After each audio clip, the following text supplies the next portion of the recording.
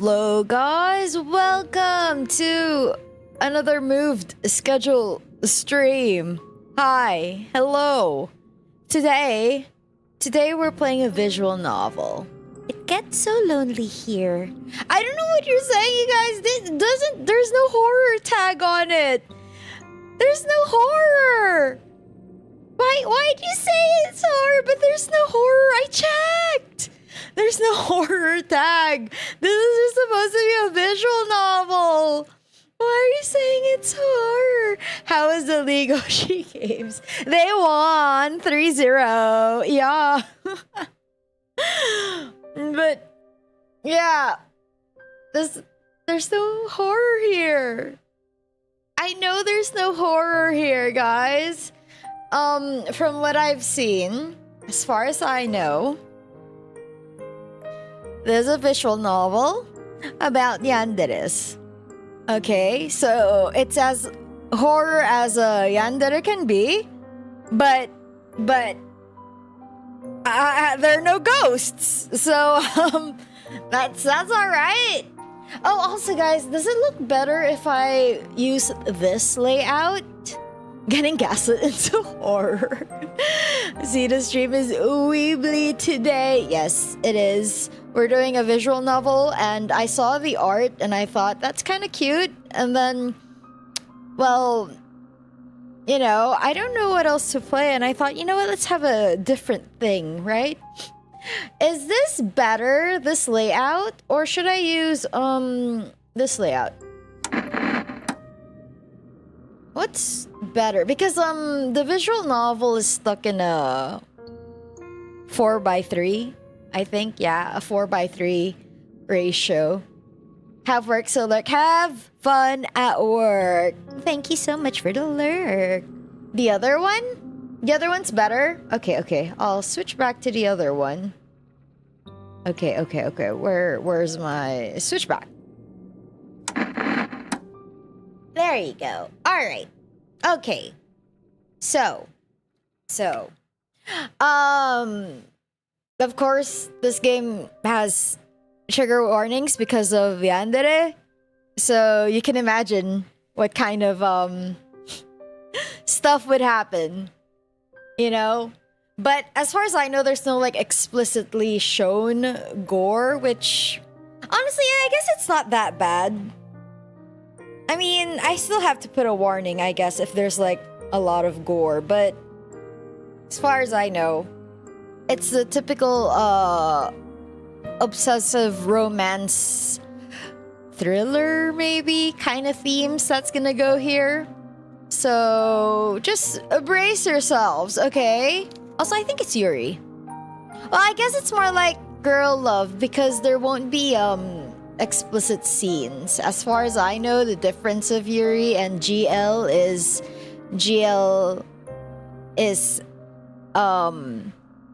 you won't see stuff. Yuri, you will see the stuff. As far as I know, that's the difference. So I think this is just GL at the end of the day. Shoujo. Yeah. Not horror, how about unsettling? It's probably unsettling, maybe. Yeah. But I'm excited. I think there are only 3 characters, so I need to think of like 3 different voices. Toxic, girl love, exactly. As far as I know, though, that's the main theme here. Traditionally, GL is official, while Yuri is indie. Oh, okay, that's the correct description of it. Oh, thank you. Okay. So it's not necessarily that the... How do I say this? How visually striking it becomes. I don't know how to describe it. But okay. So if it's Yuri, it's usually a self-published kind of thing. Alright, okay. Thank you. Voice 1, normal. Voice 2, Ikemen. Voice 3, 5. I don't know how to do an Ikemen voice. I can't get that cool. Okay, what's this? Oh, narrator. Okay, I guess I'm narrator voice, no? I'm narrator. You are running through a forest. It is late at night and the sky is as black as pitch. As black as pitch. I got an achievement. Okay. There's nothing to light your way save for the moon's milky glow, but its rays cannot reach you, not properly. The trees which surround you, jutting out of the earth like eerie monuments to a foreign god, are blotting out most of the light. Their writing is very descriptive so far. Very nice. Emulate the Uji matcha guy I showed you earlier. I can't. It's like, oh, really low. I don't know how to do it. I don't know how to do that voice. I wish I can. That would be fun to try. Low and slow. Low and slow. No, I can't. I'm rushing. You cannot see where you are going. Even if you had commenced your flight at a more sensible hour, however, with the light of the sun to aid you, it would be of little use. You do not know where you are going. Okay, no. You have no map, no route, no plan. You're running like a frightened animal, anxious and nervy, with no destination in mind. You have no desire as you run, save to escape. You cannot let yourself be caught. If that were to happen, you are certain that you would be ruined. Uh-oh, are we running away from one of the ladies? You have no choice, therefore, to keep going. On and on and on. Though your feet are screaming at you for mercy. You have no idea how long you have been running. Time has begun to blend together. It has lost all meaning. Something sharp snags at the hem of your skirt, but you do not have the luxury to pause and examine what has happened. Instead, you tug. Your skirt tears. The sound splitting through the forest, and you stumble forwards with a shocked gasp. You're free, but at what cost? Your skirt has been irrevocably damaged. Oh no, my skirt! That was a designer. It might be too late to worry about such trivial matters now, though. If you do not start running again, and soon, she will catch you. Uh-oh. Then your life will be over. You do not know if she is still following you, but you do not want to risk looking over your shoulder. That's not okay. How? Okay. Well, technically, it could get scary, even if it's just a regular person. Things can happen. But oh my god. Wait, I need a drink. Okay. If you were to see her silhouetted beneath the tree, looking at you with that sickly sweet smile which once ensnared you, you would lose what little nerve you possess. Your legs would lock up and your blood would freeze in your veins. Then you would crumple. You would fall, but you would not hit the ground. You mean she folds? Is that what they mean? She would be there to catch it. Yeah, I guess she folds. Did she not promise when you made that contract that you would never be alone? You would like to take back that silly wish of yours, but it is too late for that. It is too late for a lot of things. All you can do is run. You run and run and run while icy fog swirls about your feet.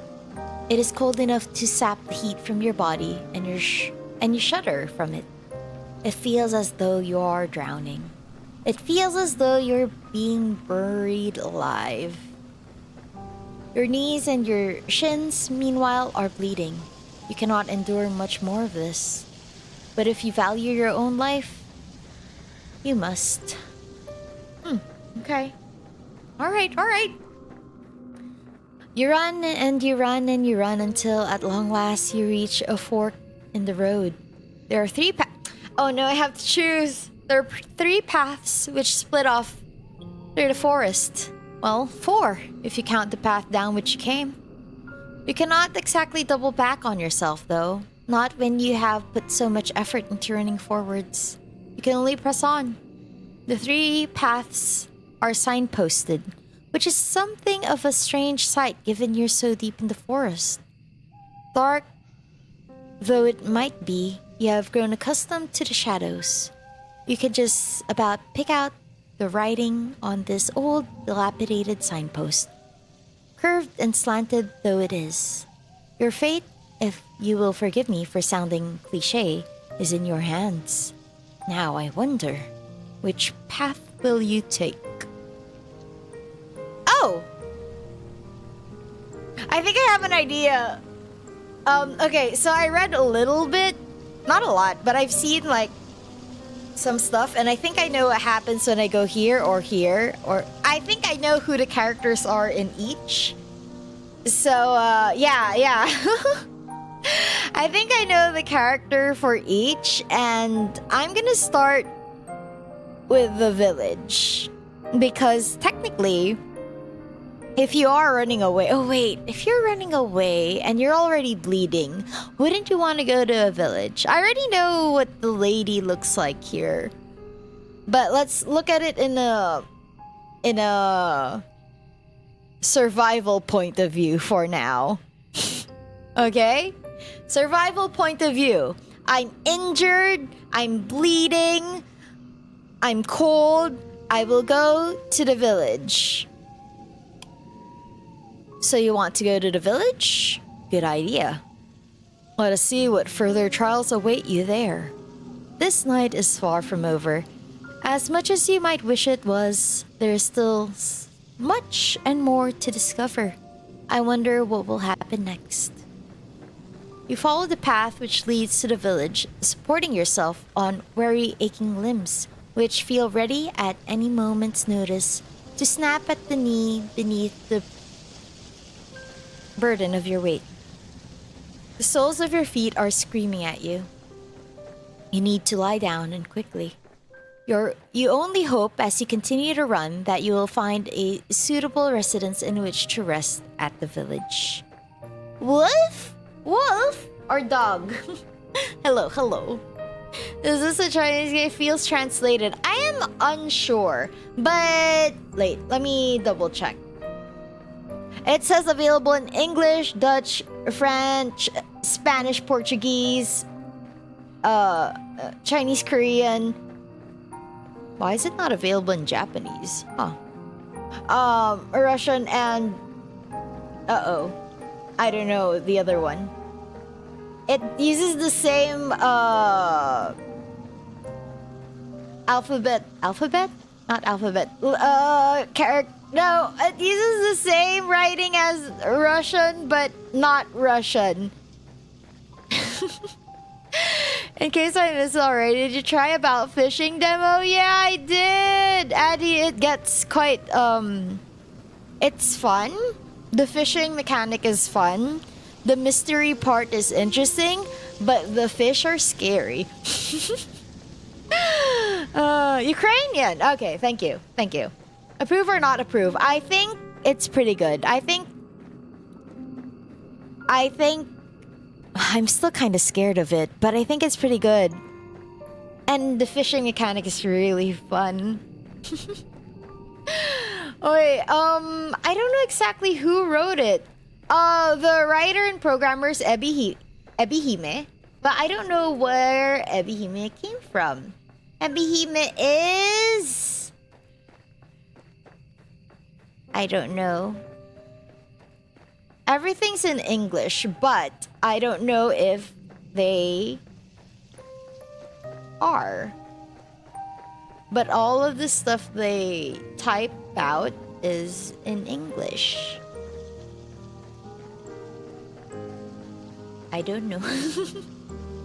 Do we assume? No, let's not assume. I'm not sure. The Shrimp Kingdom? Yes. Ebihime, she is from the Shrimp Kingdom. Indeed. This is actually their first game. They have another game that if we have time, maybe we can also play it right after. There's a sequel to this, so we can do that. Alright, where am I? Like you as a friend. Thanks! Oh, well, have I read this? Your only hope as you continue to run that you will find a suitable residence in which to rest at the village. You do not know what will await you at the village, but you have visions as you run of a quaint, scenic settlement, all thatched cottages with sloping roofs. That's cute. That's nice. UK dev? Oh, okay. Then there we go. UK dev. Surely there will be a kindly peasant who will be willing to put up a young runaway for a few nights. You can imagine, too, the face of this kindly peasant from the fairy tales you read in abundance as a small child. I don't like how she keeps saying peasant. Peasant! Okay. She'll be broad-shouldered and ruddy-faced, with dull brown hair crammed beneath a cap. Her arms will be sturdy from many years of washing clothes and milking cows, but she will be kind to you and compassionate, just like a mother. You will not know what mothers are like. You hardly ever spoke to yours. You are only guessing. You are not a complete fool, however, despite your tendency to daydream, and you do have a few reservations. Peasants do not, as you know from your voracious reading, have much money, nor do they have much food. Oh, is your character noble? Lineage? Maybe? Probably? Saying peasant like croissant. Peasant! Poisson! Poisson! Definitely not Brit writing. I don't know. I can't tell, honestly. It might be hard to convince a resident of the village, even the kindly washerwoman of your fantasies, to take in a complete stranger. Still, you must try. That is all you can do, really. So, you run to the village. It takes some time before you finally emerge from the woods. But finally, you manage it. How much time, you ask? I cannot answer that. Thanks, narrator. Did I not say that time had begun to lose all its meaning? The forest is behind you now, at least, and all the awful nightmares which dwelt within it. It is still cold, though, and still foggy. Silent Hill! It is still dark, too. The sun has yet to rise. Ooh. You can see the moon more clearly now, though as it hangs above your head, round as any pearl or orb or crystal ball. The moonlight shines down upon the village, nestled among the hills like a diorama. Hope anew bubbles within you. You have finally made it. Surely not, but your salvation awaits you. Maybe. You followed the winding dirt path to the village, looking this way and that. But your hope, such a precious fragile thing, soon begins to fade. The village up close does not look half as welcoming as you imagined. Oh, shoot. They don't accept outsiders. There are cottages, yes, but they are in a state of disrepair. There are holes in the roofs and holes in the windows. Oh, it's abandoned. Most of the doors are tightly shut, but others are gaping open. The kitchens beyond them even darker than the night sky which shrouds you. There are no lights on in any of the windows, and neither can you see any people.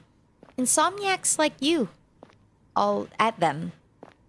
See any people at them. Okay. You cannot hear anything either, beyond the sound of your own footsteps and the low, mournful sighing of the wind. The village is quite quiet, eerily so. It is immediately obvious, even to a naive girl such as yourself, that something terrible must have befallen this village. A plague! A plague! The plague!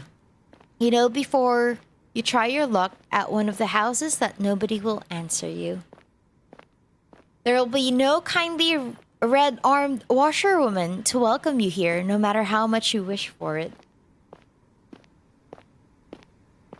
But that does not stop you from wishing regardless. Your knuckles rap smartly against the wooden door. Your efforts soon prove, however, to be in vain. Plague Yuri. You know, we haven't seen a character yet. It's been... The entrance has been... The build-up has been, quite long. Or maybe I've been reading too slowly. There's nobody here to hear your entrance? How very sad. You try another door, then another, but the result is the same, regardless of how many doors you rap upon. Nobody answers you. How could they? There's nobody there. Once again, you have found yourself all alone. At least you have found some dwellings in which you can rest your weary head. Will you utilize one of these cottages for your purposes? Nobody is here, you might as well. But no, an abandoned cottage is not what you are looking for. You would far rather have companionship, would you not? Huh? No, it's fine. Shouldn't you just rest first? Think about the other stuff later. Rest now. Landi later. What? Rest now. Look for someone later. Okay? Bravely, you swallow your tears. You wipe your eyes with the back of your arm in a well-practiced motion. Then inhale. You square your shoulders and you keep on going. Surely the village cannot be completely deserted. I mean, it's Yandere Yuri. That's what I'm expecting would happen.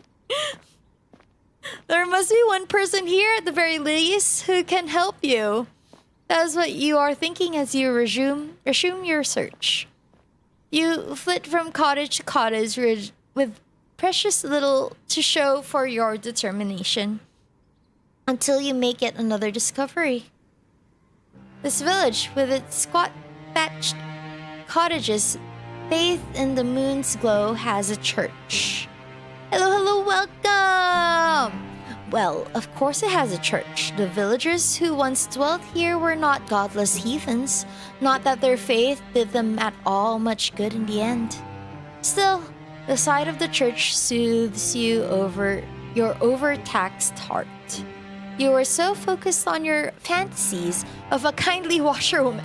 The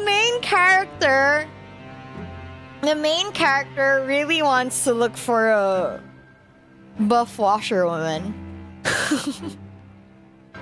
Yes, thanks for the translation. You did not pause to entertain the fancy of a kindly nun doing much the same. All hope is not lost. You approach the church, which seems to tower over you despite it being so humble. The church is a small one, but it is stout and sturdy. It must be, for it has withstood centuries, forever standing, sentinel on this hill, like a relic from a bygone era. The church does not have any stained glass windows, but it does not need them. Oh, it's not a fancy one. Wait, is this not... Maybe this isn't stained. Even without more luxurious trappings, the church still exudes an aura of dignified solemnity. The stone building is fringed by a sizable graveyard, one which occupies the rest of the hilltop and some of its sloping sides. The graves, which have been planted by generations of wardens, are hewn from a similar stone to that which the church's walls are made of. Some of the gravestones are shaped like lozenges, while others are shaped like crosses. Why am I thinking lozenges, the medicine? Is that what they mean? I guess. A handful of headstones are even shaped like angels, though these are few and far between. There are very few people in a village such as this one who can afford such luxurious final resting places. I think so. I thought a fisherman's friend. Yeah, I guess that's what they mean, nah? You look at the tombstones with an almost childlike curiosity, forgetting in your examination of the visceral, heart-rending fear which gripped you as you ran through the forest. You are out of the woods now, and you have subconsciously already begun to relax. You try to read the names hewn into the myriad tombstones, but it is dark and you are tired, and some of these graves are very, very old indeed. You strain your eyes, but you do not have much luck in this endeavor. Oh well. Such superfluous details are not important. You eventually tire of examining the graves and turn. This graveyard is an expansive one. Usually so, given the village itself is so small. Unusually so, okay. How can it boast so many corpses? And there's much to explore. The plague! Hi, Frog! Lozenge's diamond. Oh, okay, thank you. Hello. We're playing a visual novel, Toxic Yuri. You walk about the perimeter of the church, casting your gaze first here and there, then everywhere, consumed as you are by your immense, all-encompassing curiosity. And as you do, you see her. Lady number 1! Oh, she's cool. Yep, this is the one I saw in the screenshots. She looks like an ordinary girl, small and scrawny, just like yourself. But she is much more than her unremarkable appearance might suggest. How do you know that? Anyway, for some moments you observe her, hiding, all the while, in the shadow cast by the church, like a furtive lizard, clinging against a rocky edifice to shroud itself from the sun. Grave digger, you mean? Yes. Oh yay, a character! First one here! There's no sunlight here though. There's only the night sky and the stars and the moon. Beneath the moon's light, a silvery implement the girl is clutching shimmers. Oh, it's snapped though. Unless it's really bent that way. I don't think it is. It takes a few moments to see what it is that the girl is clutching in her hands. It is not until you see her manipulate it, its sharp edge biting into the earth, that you understand. It is a shovel. This girl is standing in an isolated corner of the churchyard, late at night, and she is digging a grave. Well, I suppose she could always be digging a hole for the sake of it, but her work seems much too precise for this to be the result of mere whimsy. It is hard for you to see her face, given the distance between the pair of you, but her posture is one that speaks of supreme concentration. Let's not bother her. Could she be the one? Let's not bother her. Oh, but then we're trying to look for help, so...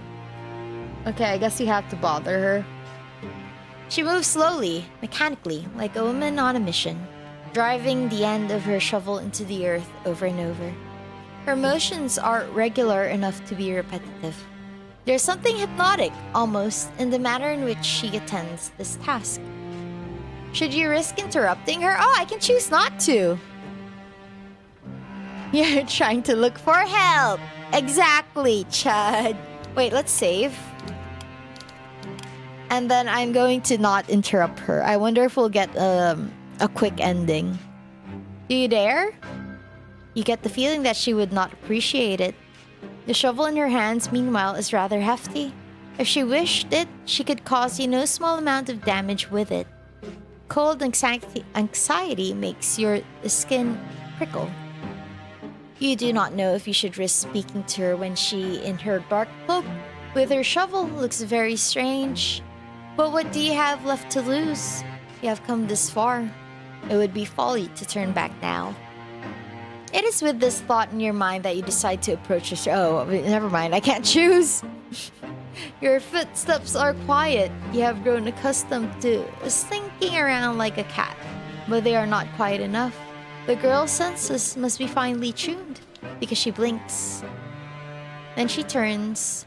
Your eyes meet, and once they do, you feel your breath catch in your throat. You do not have a clear view of the girl before, concealed as you were in the shadows. But now she is looking at you. You can tell that she is pretty.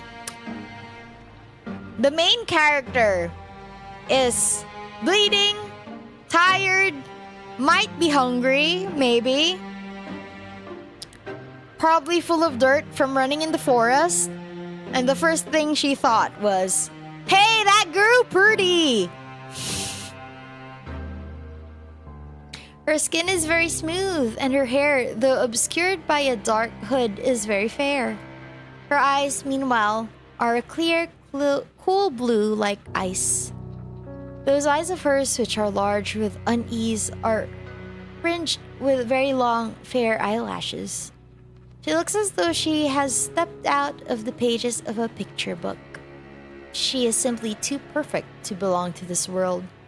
Perhaps she is some kind of vision, a walking dream, a hallucination. But no, she is none of those things. The shovel she is clutching in her hands, looks solid enough. Its pointed tip glittering wickedly in the moonlight. You steel yourself, expecting, perhaps, some sort of outburst, but the tension soon drains from the girl's slender shoulders. Her fingers, which once were gripping the handle of her shovel, tightly relax. Her lips curve upwards at the edges. Okay. She's smiling, and what a smile it is. It is transformative. While she smiles, she looks radiant, angelic almost. Hers is a smile that is so suffused with light that your eyes begin to prickle from it. They like you sing prickle, huh? You're so relieved. You almost feel as if you could cry. It would not be the first time you have wept during this night, and neither would it be too surprising if you did. You have been through a lot. You must be exhausted. The girl holding the shovel seems to realize this because she bridges the distance between you cautiously, as one might approach a skittish cat. Then she says in a rough voice, which does not match her dainty appearance. Oh, okay, what's a rough voice? Well, she does live in a rural village. What were you expecting? I don't know. How do I'll just use my normal voice for the rough voice, God's voice. Oh, it's good to see another person. I was afraid I was the only person left alive. The only one in the whole world. Now, this is quite the... this is narration. Now, this is quite the effusive greeting. Her introductory speech is riddled with exclamation marks. She's rather more personable than her apparel would make one suggest. You, a well-bred young lady, cannot help but feel overwhelmed. It is your turn now to be on your guard. Anxiously, you observe the girl with the shovel, and you ask her what she means. What happened? Oh! Do you not know? There's an awful lot you do not know. So much, in fact, it would fill a whole encyclopedia.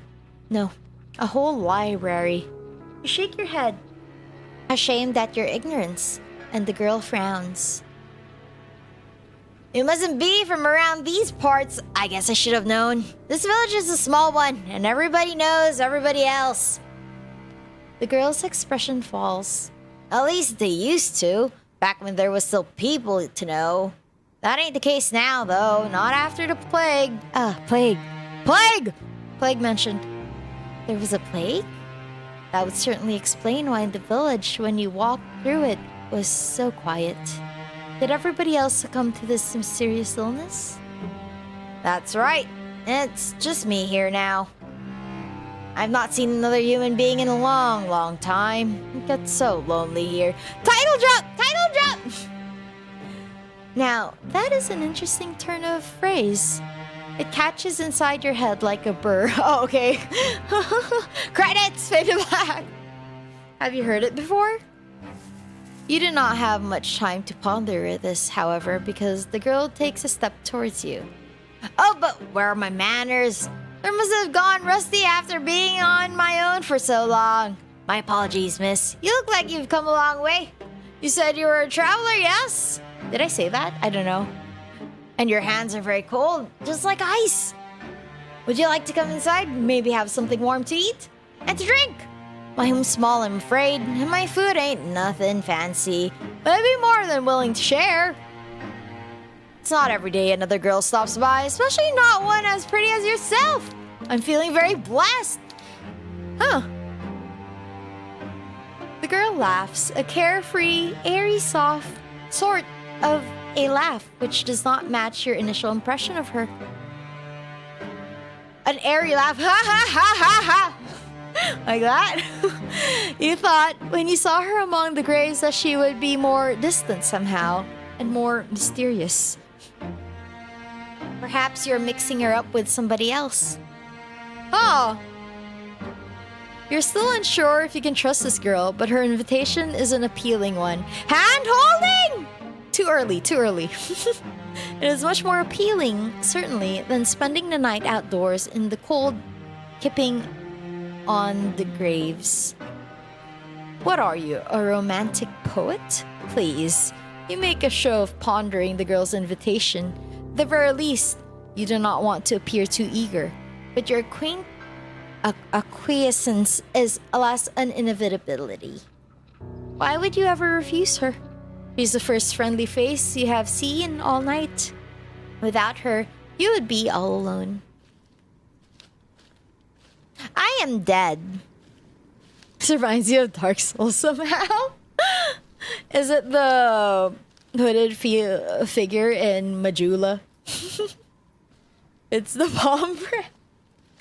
Your hostess leads you to a small, humble home located but a stone's throw away from the church, built in the shadows of a twisted, towering sycamore. The girl's home is in such a state it seems a folly to even call it a home. Hovel would, to you, be the more appropriate descriptor. But when your hostess leads you inside, her eyes alive, and she says, "Here we are, home sweet home." You don't have the heart to... Oh, wait, that's not anymore. You don't have the heart to tell her that you don't find her home very homey or very sweet. That would be incredibly rude. As a guest, you ought to be more appreciative. Half-heartedly, you look around your newfound surroundings. The ceiling is supported by wooden joists, and it is perilously low. Not so much as that you are in danger of bumping your head, but just enough to feel claustrophobic. There is a fire in the corner, though it is not consigned to a grate. The fire instead is blazing in the open. A circle of logs set alight like a scene from a witch's kitchen. Above the fire hangs a silvery pot suspended from one of the wooden eaves. Other objects of interest are hung from the eaves. Iron implements you take to be cooking utensils, various herbs, and strips of meat left to cure. The smell of cooking fills the air, mingled with the sharp, sour scent of unwashed bodies. Okay. How, you wonder, does your hostess clean herself? You do not see a bathtub anywhere. The river, I suppose. Perhaps she does not possess one. The girl's home is unremarkable at every regard, but it is, as you suppose, better than nothing. At least there's a roof over your head and food to put in your belly. The girl looks to the pot, suspended over the fire, which she gives a stir with a ladle. Then she brings the ladle to her lips to taste whatever concoction she has brewing within it. Poison! It's poison! Don't drink it. You can only hope that she is not like the weird sisters from that famous play, brewing a broth with fenny snake fillets. What's fenny snake fillets? What weird sisters from the famous play? Weird sisters from a famous play. Toxic part now. Here we go. Yes, I think this is just about done, the girl says, to nobody in particular. She sets the ladle down, back to the pot, then looks to you and smiles. Do you want something? It looks as though you've come quite a long way and you must be hungry. These words are like music to your ears, even more divine than the trumpets of God's most loyal angels.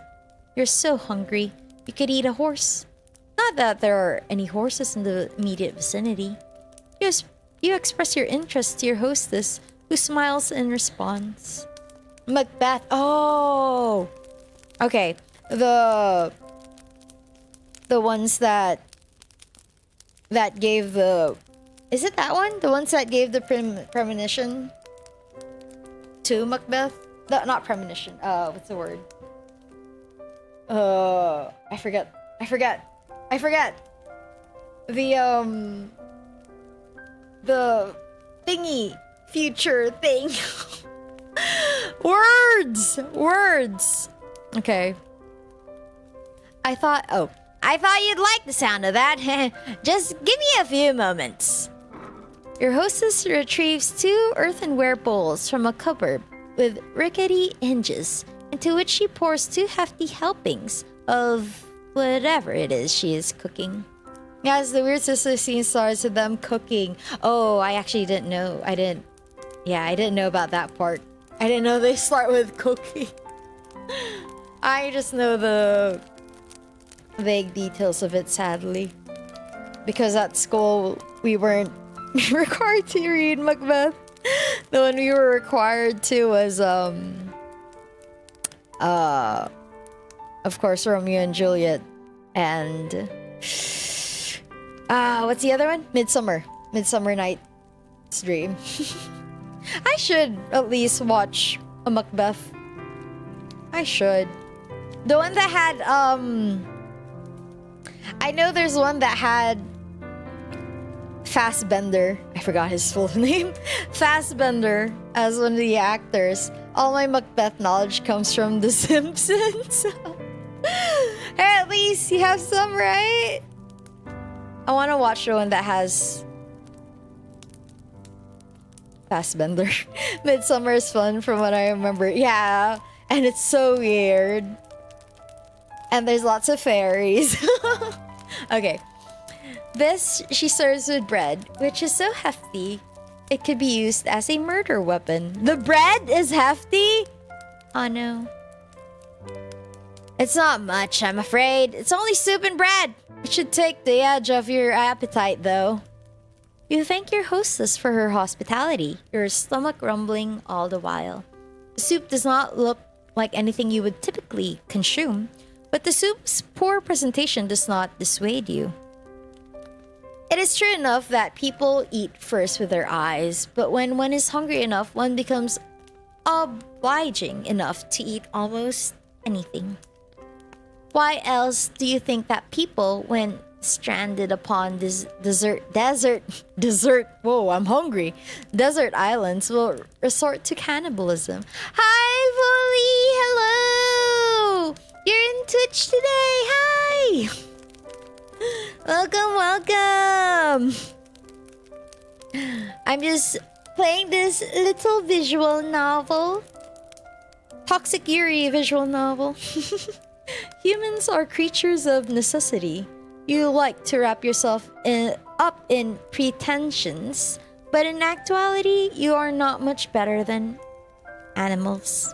You're so hungry, your stomach is achingly empty, that you certainly descended upon your food like an animal.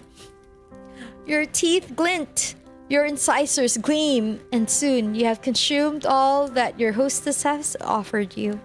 First thing I heard from you was cannibalism. Well, I mean, that's actually one of the trigger warnings, supposedly. Oh, spoilers. Sorry. Wait, that's technically a spoiler, no? I shouldn't have mentioned that. Sorry. Well, we'll see how it goes. How does it reach that far? Okay. Your hostess watches while you eat, and she giggles once you have finished. Did you enjoy that? Oh. You catch your hostess' gaze, suddenly abashed. You were so hungry you failed to account for her judgment. Hi, hello, welcome. Tastes like chicken. How's the depressed game doing? So far, we've met our first lady, and she gave us food. We're hungry. I'm waiting for things to go downhill. Did you not make a fool out of yourself? You're demure, shyly, looking at your lap, fearful all the while of what your hostess might think of you. You do not want her to take against you. Fortunately for you, however, and for your fragile ego, your hostess is not the judgmental sort. She's not like the girls you grew up with. Well, I'm glad you enjoyed it. It's nice to see my food being appreciated so heartily. You know, I'm not the best, but I've been practicing for a long while. I used to cook for my father all the time, you see? This remark catches your attention. Quizzically, you look at your hostess. Your abashment over your animalistic eating habits suspended. What happened to her father?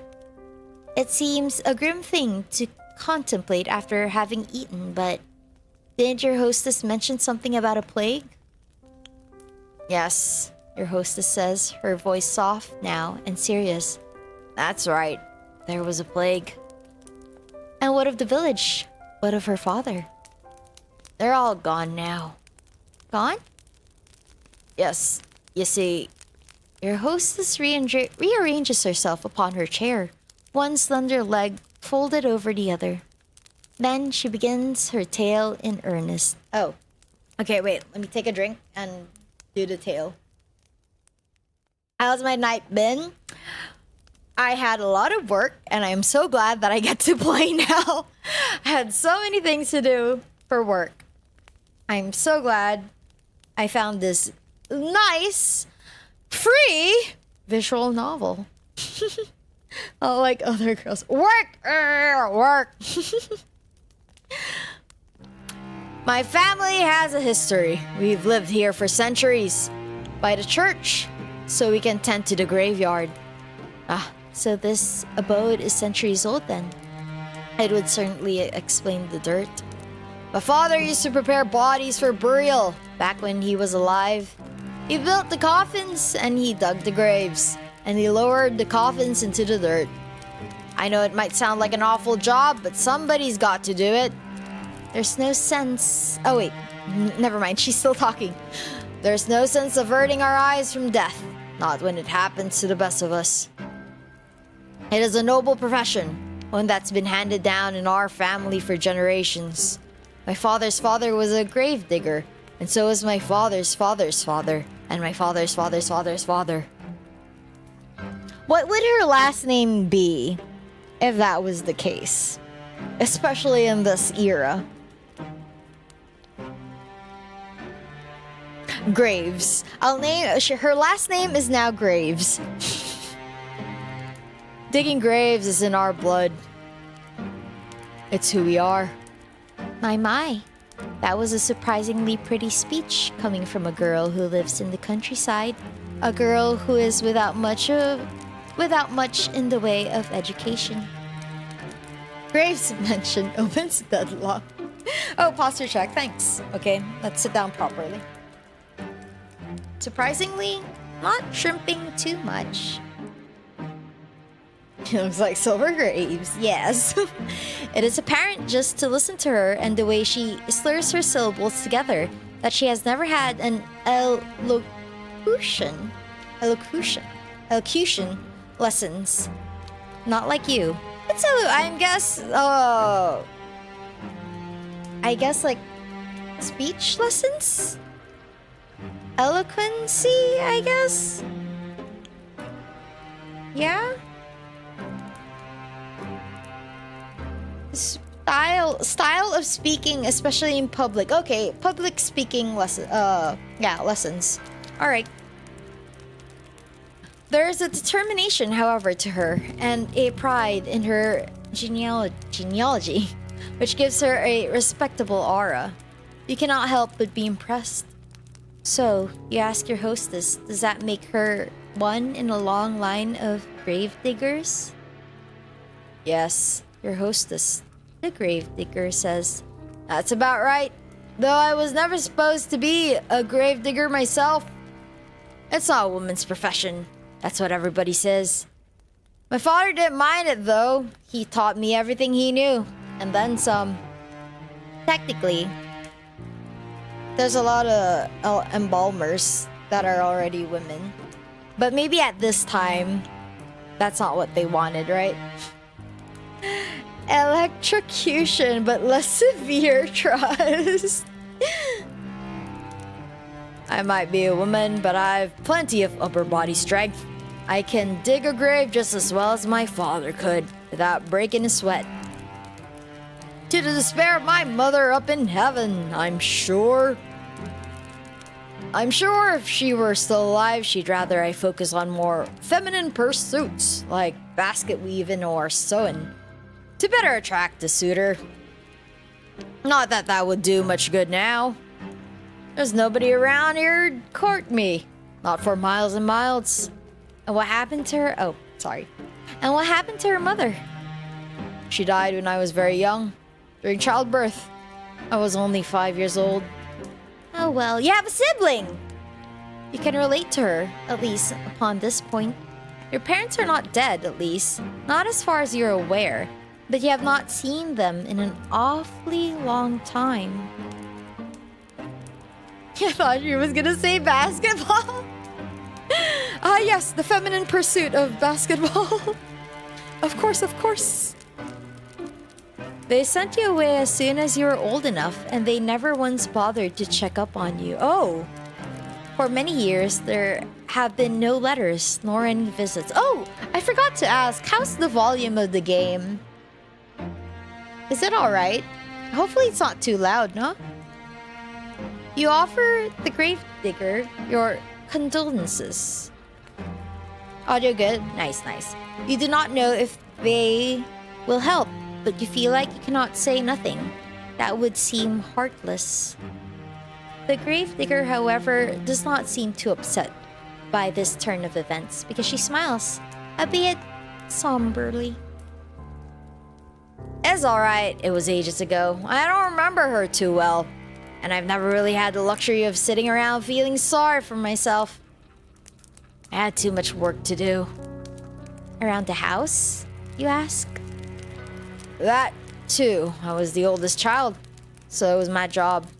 After mother died, to manage the sweeping and the cooking. Oh, and looking after all my siblings, too. You blink, intrigued, then glance about your hostess's humble lodgings. You do not see any siblings in the immediate vicinity. Yes, you can assume something bad happened too, okay? Where could they be?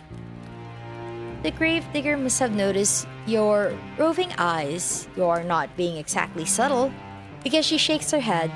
I had siblings, 2 younger brothers. They're both gone now. Oh, you should have known. You apologize to the gravedigger for your lack of tact, but she does not seem upset by this faux pas. Don't apologize, not your fault. My brothers weren't long for this world anyway. The youngest, he died when he was still a babe. And the oldest, he died before he could reach double digits. Oh, I was upset about it all the time, of course. I've come to terms with it. Life's a fleeting thing in this wicked old world. There's nothing you learn in this trade. Digging graves, I mean. That's something you learn. My bad. I've dug graves for the elderly and the infirm. But I've also dug graves for young babes still in their swaddling clothes. That's the nature of death. It comes for all of us in the end. No matter how old we are, no matter how much money we have, no matter how good or bad we've been. It's the great equalizer. Or so I've heard. A chill creeps down your spine as you listen to your hostess's speech.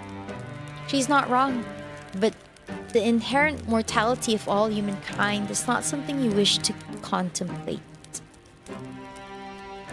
Imagine not reaching double digits in Osu.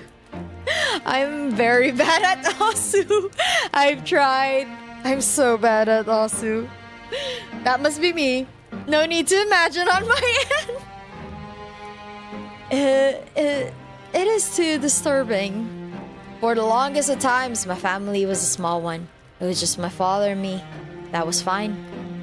It was how I liked it. I was very happy, even if our lives weren't the best. I've never had any fancy clothes to wear, and we couldn't. We can't dine on the finest of foods. In the grand scheme of things, we ain't anything that special, but I've always felt otherwise. Hey, at least her dad took care of her. I thought that I was blessed. We knew hardship, of course, and famine, but that's just the way life's around here. When food supplies are low, we always help one another out. I had my father, but I also had the rest of the village. We all looked after one another. The things always worked out in the end. And things always worked out in the end. At least they did. Until the plague happened. Yes, she had mentioned the plague. You had been wondering when she was going to return to that topic.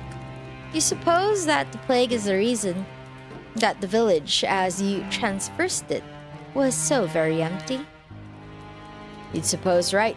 The plague tore through the village. I don't remember when. Feels like it was a while ago. Maybe it wasn't all that long after all. Feels like I've been on my own for centuries. But your hostess's eyes begin to cloud over. She looks as though she's entrenched within her own memories. What could she be remembering? You have never seen a plague before, though you have heard of them in your history lessons. Your history professor was quite enthusiastic about the subject. Huh? Okay.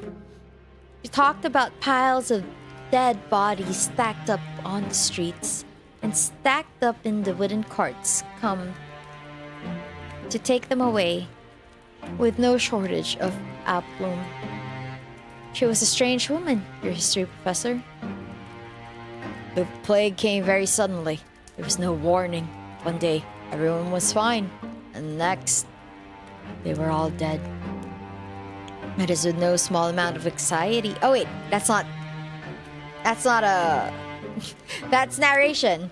It is with no small amount of anxiety that you eye the gravedigger. When you ask worriedly, surely they could not all have died. Is that not an exaggeration? Oh, if only. I wish I was exaggerating. But it's the truth. Honest to God. The people in the village died, one after the other, just like that. I saw what the plague does to people firsthand. My father was one of the first people who caught it. I think one of the bodies which came through, that we buried, must have had it. Huh. Do you think she's a ghost? No, they already said she's real. Not that I know for certain. I'm just guessing, still. My father didn't have an easy time of it. His skin turned all gray and clammy, and he complained of a horrible fever. There were night sweats and stomach cramps. You have to hold her hand to find out. And then there were the boils. Eee! Oh no! Oh no! This plague sucks. The boils? Pustules. They were the size of eggs, and they were full of pus. When they burst, it stunk. The whole house is full of it. The stink of death. I was out. Plague confirmed! Plague confirmed! The wise woman of the village came to see if she could be of any use, but it was no good. My father was far too gone already. This plague sucks. Plague victim, probably. She took one look at him lying on his deathbed, and she shook her head. She said she didn't want to get any closer. I can't say I blame her. It was a ghastly sight. I didn't appreciate it at the time, though. Felt like she was turning her back on us. I wished her ill. I remember that. After she left. Until a few days passed, and she fell sick too. Why is she immune? Then, I felt bad for cursing her. I couldn't help but worry if it was all my fault. It's silly, I know. But... The gravedigger closes her eyes. She seems to squeeze her lids together until her lashes melt like flecks of fallen snow. Her shoulders, which are very slender, are shaking. She looks as though she might, at any moment, fall apart. It wasn't long after that the rest of the village fell ill. They all had the same symptoms as my father. The clammy skin, and the fever and the boils. Boils grew and they burst, and then they died in screaming, stinking agony. My father died too, only 3 days after he fell ill, but I think even that was 3 days too many. I didn't want my father to die, of course. I did everything I could to help him, but it was all pointless. None of my herbal salves had any impact. I couldn't make a blind bit of difference. Yeah, that one. Okay, I read that right.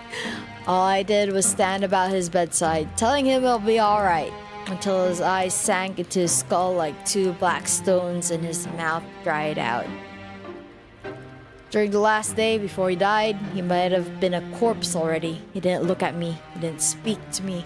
Just lay in bed with his eyes closed, groaning. I've never wished any ill on my father before, but during those moments, The gravedigger squeezes her hands, which are resting upon her black-clad lap, into fists. She trembles. Then, in a voice throbbing with awful emotion, she says, I wish he just died. Just like James. You're dating a plague! Well, based on her anecdote, it does not sound like she had overly long to wait. I wonder if she would consider that a silver lining. No, perhaps not. The gravedigger is still shaking. She will not cry, will she? You hope not. Awkwardly, you look at the gravedigger. You're not sure how to soothe her, but you know you must make some sort of an effort, even if it is a token one. You shift upon your chair, which feels very cold and hard beneath your thighs. Then you say very softly that you are sorry. It is not much, but it is all you can think of saying. You had thought initially that your situation was comparable to that of the gravedigger, but now you can see that this is not the case. Her suffering has far outstripped your own. Not that suffering is a competition, of course. Your apology feels inadequate to your ears, largely because it is, but the gravedigger seems not to mind it. She is very big-hearted, that girl, to smile at you, so no matter how foolish you might be, you really deserve such kindness. Oh, again with the apologies. It's alright, like I said, you didn't cause any of this. I'm not upset at you.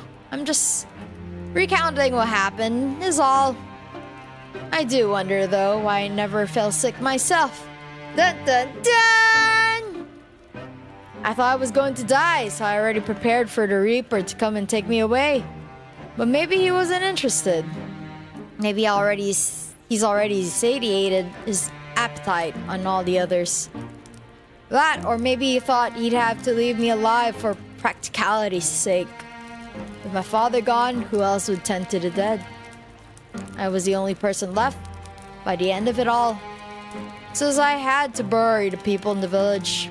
They're all resting peacefully now, underneath the earth, where the plague can't reach them. On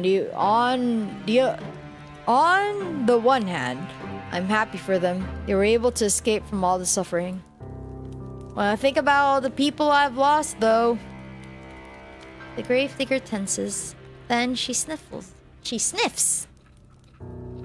When I think about the kindly washerwoman who helped me scrub the mud and the dirt from my clothes. Aha, so this village did have its fair share of washerwomen after all. It would seem your earlier insistence upon this particular point was not without merit.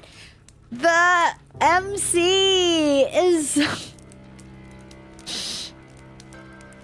Okay, MC. Alright. And the handsome young farmhands who used to flirt with me. The priest who preached at the church, who told us wonderful tales of paradise. And the children who would skip stones in the lake and play hopscotch in the streets. MC has priorities, obsessed with washerwomen. I know. What the hell? I can't help but feel so lonely. The gravedigger's eyes begin to shine once she has finished her address with tears, but she does not let them fall. She is being very brave, much more so than you are.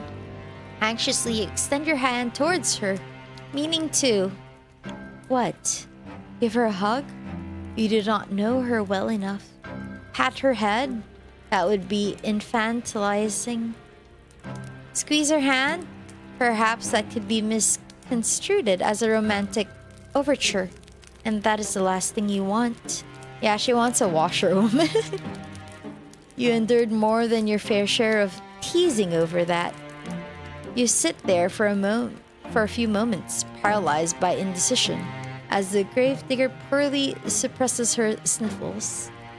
Hand holding! In the end, you let your arm drop back to your side. Your hand rests upon your lap, as useful as damp kindling. You do not know what to do with it. You do know what you ought to say. That you ought to say something, though, to show that you heard her plight. And that you care. Sorry, I yawned. I didn't get enough sleep. You do not know what this something should be, however. No words could ever console the gravedigger. They would never be enough. They can offer some balm, however, to the bereaved. And so after a pause, just long enough to be awkward, you offer your condolences. What else can you say? Oh, no. The gravedigger replies, wiping a few stray tears away with the back of her arm. It's alright. I've grown used to it, really, being on my own. I mean, it ain't so bad, really. And I'm not alone now, at least. I've met you. You'll keep me company, won't you? Well, what can you say to that? You aren't callous enough to trample this poor girl's hopes, are you? You know full well yourself how awful that feels. You can do nothing but nod.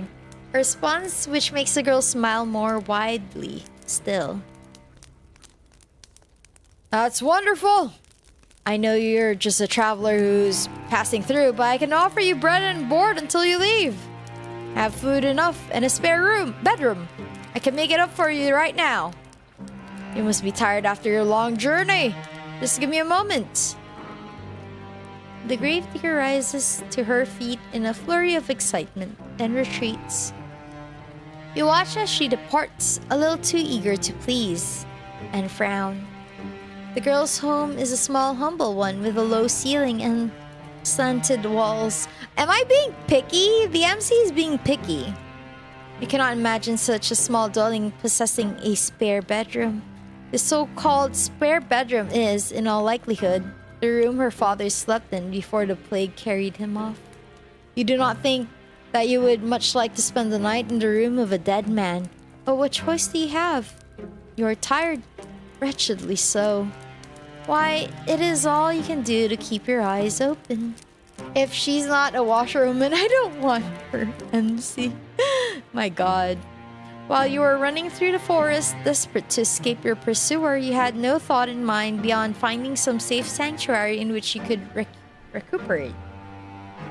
Now that you have found said sanctuary, it would be unreasonable to find faults with it.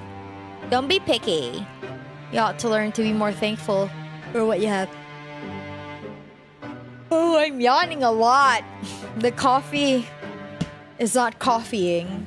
Alright, Chud.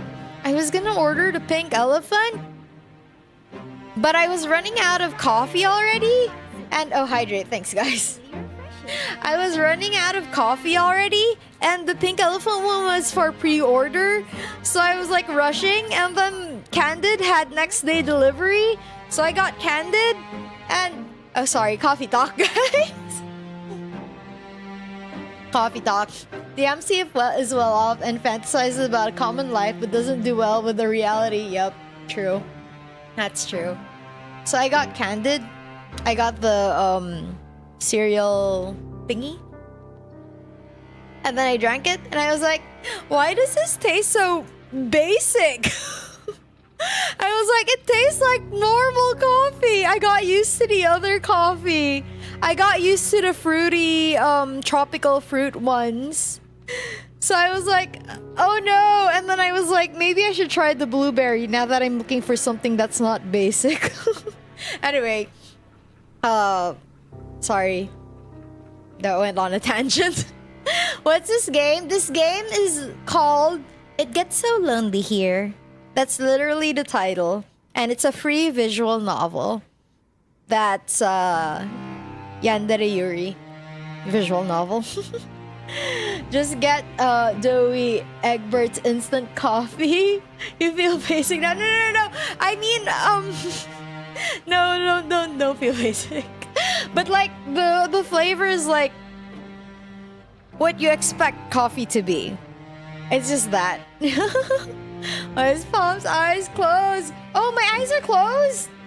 Wait, they are? Oh, you're right. Huh. Wait, I'm gonna adjust the capture. Maybe that's the issue. Is it the capture? How about now? Is it always closed if I do it this way? Maybe not. Is it better now? Is it okay now? I don't know. Is it staying open more now? Open your eyes, son. You're not an infant. Weird name choice, yeah. But I think but they dropped the title in the middle of the conversation. I don't know why. Candace Rose are very traditional leaning. Oh, okay. So yeah, I was expecting something different because of what happened with the Mosh. Mosh? Was that the name? The one before that? So yeah, just add blueberry jam. I don't have. Oh wait, I think I do have. No, I have canned blueberries, but I think they're expired already because I forgot to use them the year I bought them, and now it's been a while. Not sure. Maybe just review it later. Yeah, I'll just check. I hope it's. Oh, it's not okay now. I wonder why it keeps closing every time I look at my. Every time I look at chat. The model is counted as eyes closed. But when I look at the game, is it counted as eyes closed? I'm looking at the game right now. Are my eyes closed? Okay, I'm staring. You ought to learn to be more thankful for what you have. There are so many people in the world with less. Creaking. Your eyes are open. Okay, so when I look at the game, my eyes are open. But when I look at chat, okay, maybe I guess I have to move my second monitor so that I won't be looking. My eyes won't look like the camera won't think that my eyes are closed when I'm reading it. All right then. Legitimately thought you were lonely and the title works. Actually, yeah, I was actually thinking that when I wrote when I just decided to copy paste the title, I was like, I wonder if people will think that it might work. I'm sorry for the clickbaitiness of it, but it is the title of the visual novel. Your favorite is Doki Doki Literature Club? I played it I think it was last year. I got so mad at Monica. Devious. I know. I didn't mean to be. Wait, maybe I kind of did a little bit. I slightly meant it. Because I was like, this title is gonna be so, what's the word? It's gonna be like, huh? What's happening? Okay, you like coffee a lot but know nothing about it. It's alright. I also just started because I didn't like the instant coffee that my mom had. But I needed some sort of jolt of energy when I started getting a lot of work. So I looked around to look for something that might be to my taste. And that's the only reason why I'm looking for new coffee. Alright. Bad berries, yeah. I think they're still in the kitchen. I don't think I threw them yet. Is the camera monitor mounted? The camera is mounted on the... So I have the... How do I explain this?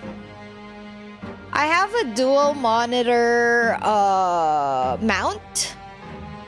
The one with the metal rod where you put the arms on it, and then the webcam is sitting on the metal rod.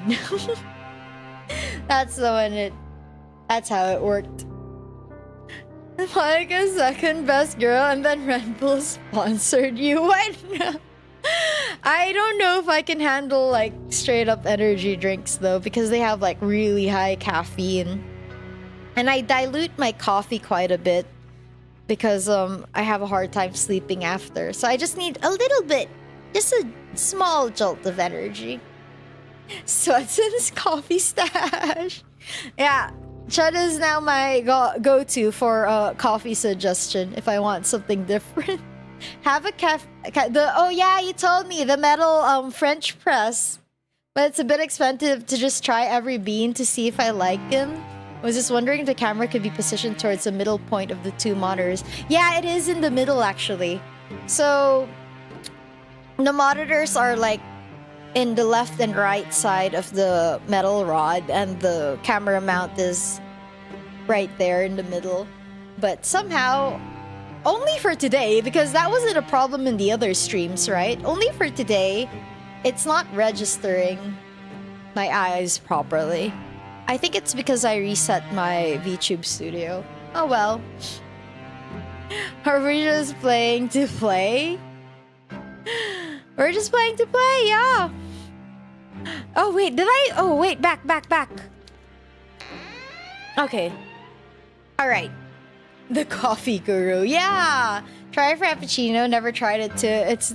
It just sounds cool. Actually, what is the difference when it's already a frappuccino? I am unsure. Because I usually go for latte, just latte. So either Spanish latte or a regular latte. Because I just want coffee with milk. I just want it diluted. And I guess mocha, but then sometimes they are a bit too strong and too sweet. So I stick to latte. We're playing to romance a suspicious plague girl if we can't find a washerwoman. Oh, right. Wait. Okay. I got so distracted. I'm sorry, guys. I'm so sorry. Okay, you rise and follow the gravedigger. Once she has finished her preparations to call to her so-called spare bedroom, which is every bit as cramped as you feared it would be. At least there's a bed, which comes with something of a relief. The rest of these lodgings are so humble you are half expecting a straw pallet. As tired as you might be, you cannot lie to yourself. You have no desire to sleep among the hay like an animal. The sheets of the bed are clean, too. A fact you discern with a cursory glance. So, you will not be expected to sleep upon the sweat-soaked linen of a plague-ridden man after all. This really is your lucky day. I only drink latte tea, otherwise I feel like throwing you up. Oh no! Yeah, I do prefer lattes. Before I liked, I actually don't know what a macchiato is. But when I tried it, I was like, this is nice, but it gave me a headache. So maybe it was too strong or something. So-called spare bedroom is mad insulting. Yeah, because I feel like our main character is like a noble lady. And everything around, she's right now, she's like, ew, gross. This is so gross. Everything is gross right now, but I have to sleep. That's what she's like right now. Okay. I got you this too, the gravedigger says, somewhat shyly as she hands you a folded gown. Oh, shyly. Oh, sorry. I didn't say that shyly. To sleep in. I thought it might come in handy. Your own clothes are, a little shabby. She can say that again. Your skirt is covered in mud, and the hem is torn and ragged. Ragged. There. The bedroom they give me when we visit our relatives. Oh no! That's why I don't visit overnight. I'm like, alright, I'm gonna go home after dinner. Bye. Every time the MC speaks, I hear Common People by Pulp play in her head. Is that a good song? Wait, I don't think I know the song. Maybe I do. Let's save it and then I'll listen to it later. Let's see. Common People by Pulp. Wait a minute. Wait a minute.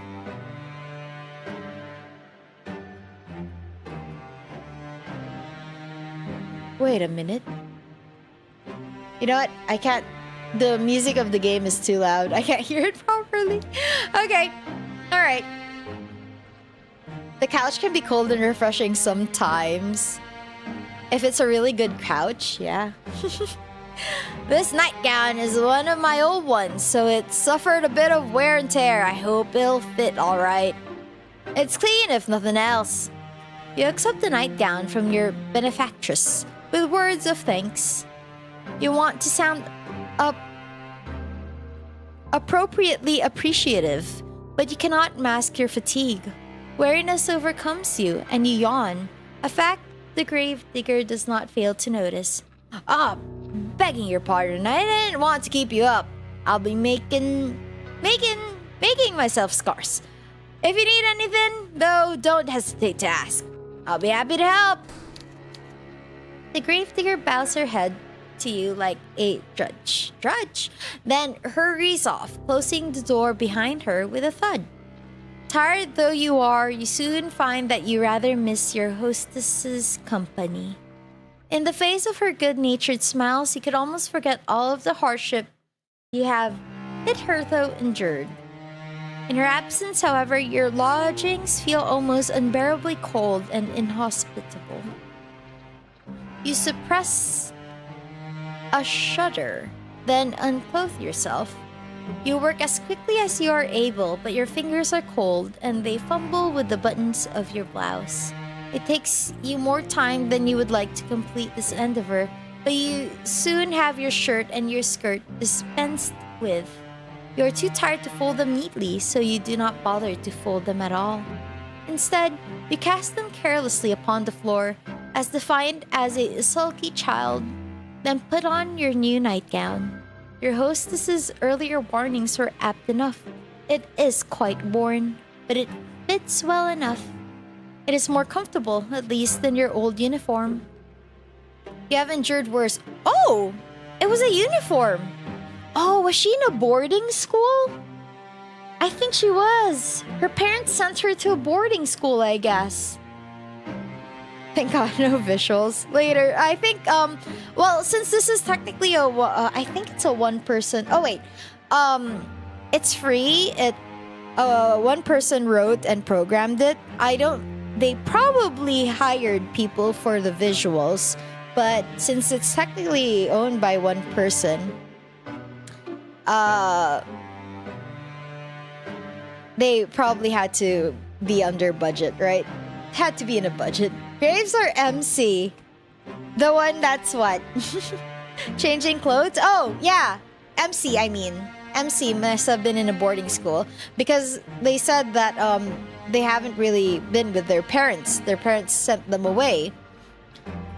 And then she said she was wearing a uniform, so she was probably sent away in a boarding school, yeah? Is this English? Which one? You have endured worse. Newly dressed and ready for bed, you loosen your hair from your braids and settle down among the sheets. If it is with your sigh?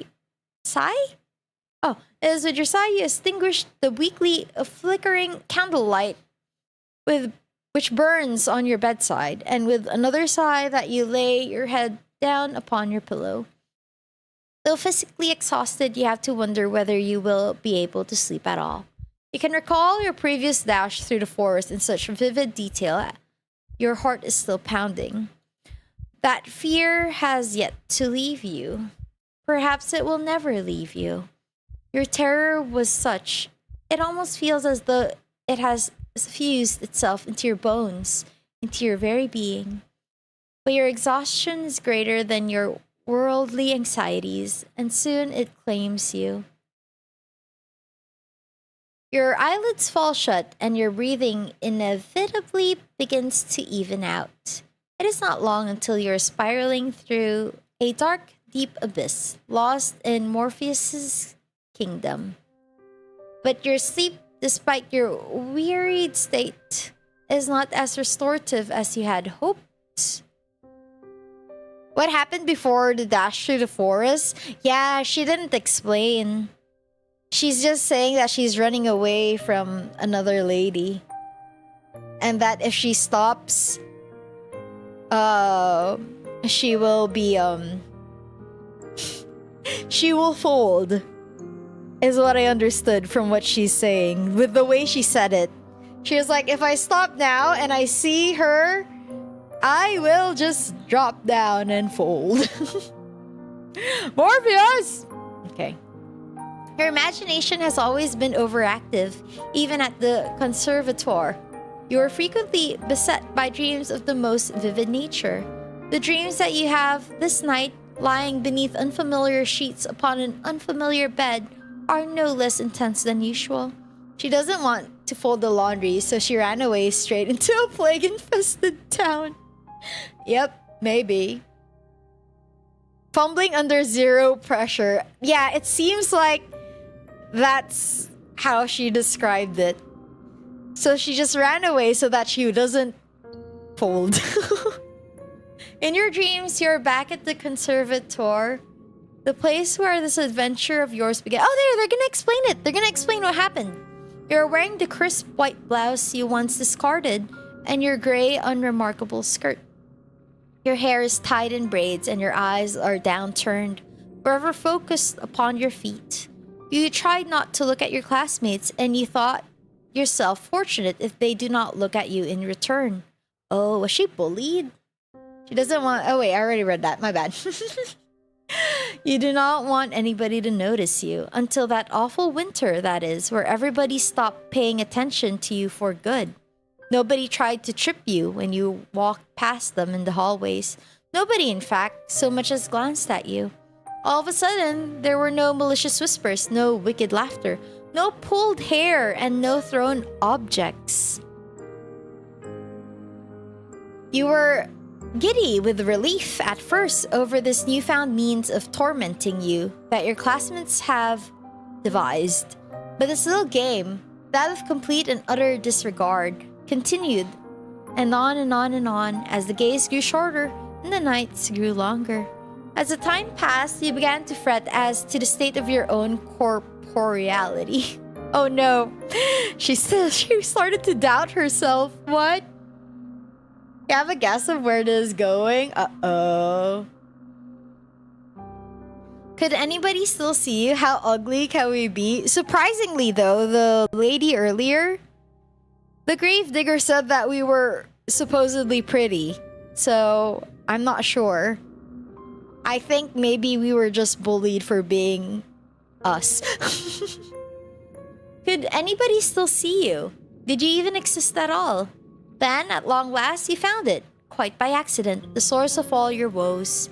One of the girls had erected it in the forest,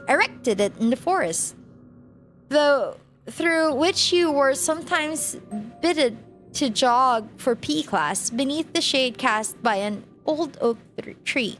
It was a makeshift tombstone, a small, meager monument made of stone upon which one of your classmates had hewn a name. Your name. Oh, that's low. That's low. That is low. Oh my god. You knew at once as you stood there, standing beneath the shade of that ancient tree, that this was the reason behind your classmate's silence. This is why they had for many months been ignoring you so assiduously. They had buried you. In their hearts, you had already died. Your eerie dreams notwithstanding, you sleep more comfortably than you had anticipated. When you awake the following morning, to the sweet chirping of bird songs, you feel well rested, albeit woozy. Your head is aching. It is nothing, however, that a cup of hot tea cannot fix. You stumble into the kitchen in your night clothes, your hair loose and your feet bare, and the grave digger turns to you. Should we not find out her name? Does YouTube have a big delay? Yeah, it does. It has an existing delay on it. Unfortunately. She looks at your face, which is pasty, and your under eyes, which are dark, and exclaims in the manner of one accustomed to solving problems, not complaining about them. Oh, you look awful. I think you need something warm to drink. And maybe you need something to eat too. Let me get started on breakfast. And that is exactly what she does. She gets started on breakfast, which proves to be quite the simple affair. Nothing like the luxurious food you were accustomed to in your past life. The bread is hard enough to break your teeth on, and the cheese is a bit too strong. It is food all the same, though, and you do not complain. Your stomach was beginning to grumble. The tea is inoffensive, at least. You drink it gratefully. Nice. Okay. Do you want to borrow the character in Deadlog's name? Darcy Graves. Darcy! She's now Darcy. No lentil soup, damn. She is poor. Oh no. She ain't a housemaid. That's true. That's true. But she did offer to take care of us. In a way. You thank the gravedigger girl for her hospitality, and she smiles at you in return. A sunny smile, like a field of blooming bellflowers. It's no problem, voice. It's no problem, don't hesitate to ask me if you need anything else, she says, words which come to symbolize your relationship. You stay with the gravedigger for many, many more days, and limited through her means might be. She always tries to help you. The gravedigger sets you chores about the house to keep you occupied, a factor for which you are grateful. Okay, you help out too. That's nice. That's good. You need to do something to keep your mind off your frantic flight through the forest. You can almost forget about it now during the day.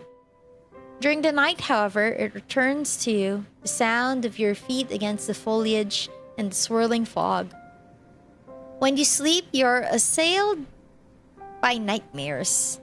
Sometimes you awake after midnight, the sheets twisted around your body and your mouth gaping open in a paroxysms of terror. Though you try to tell yourself otherwise, you're still afraid. Being with the gravedigger makes you feel less so, though, particularly when you're sweeping the floor or keeping an eye on the bread loaves so they do not burn. You attend to most of the domestic chores, while the gravedigger concerns herself with the work she knows best. That is, digging graves. Wait, so are there still bodies out? That's why she's still digging?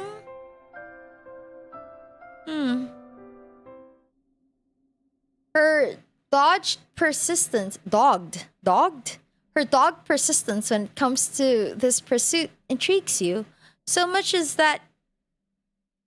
so that you cannot help but posit a question to her on one particular morning when the sky is festooned with clouds. Why, you ask her, perhaps a touch insensitively, do you continue to dig graves? There's nobody left, after all, to dig them for. Okay, so there really isn't anyone. Dog-eared?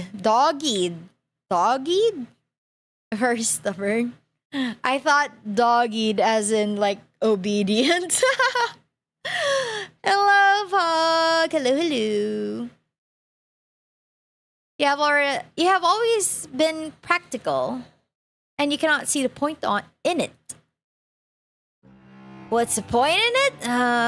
The gravedigger ponders while holding her precious shovel to her chest. Fortunately, she does not seem upset by your question despite its bluntness. You should count yourself lucky her temperament is so very placid. I don't suppose there's any point to it, really, the gravedigger eventually says with a small smile. I know it doesn't have any practical purpose, but, well, digging graves is what my father did. He showed me how to do it so I could continue his legacy.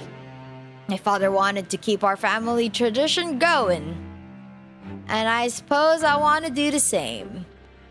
That's all there is to it, really. That's all. Is it? Oh, maybe not.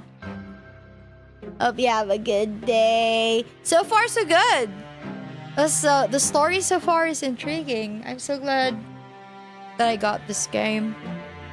It makes the workday better. The end of the workday. You think you can understand that? Though your companion's actions might appear to be illogical, there is a kernel of reason nestled among them. You should be growing crops, no wonder you don't have anything but stale bread and cheese. That's kind of true, though. I mean, if she's doing manual labor anyway, right? But it's about tradition, supposedly. She can only dig out, not dig in. Okay. Okay, she does not dig graves out of any sense of purpose. She does it instead out of sentiment.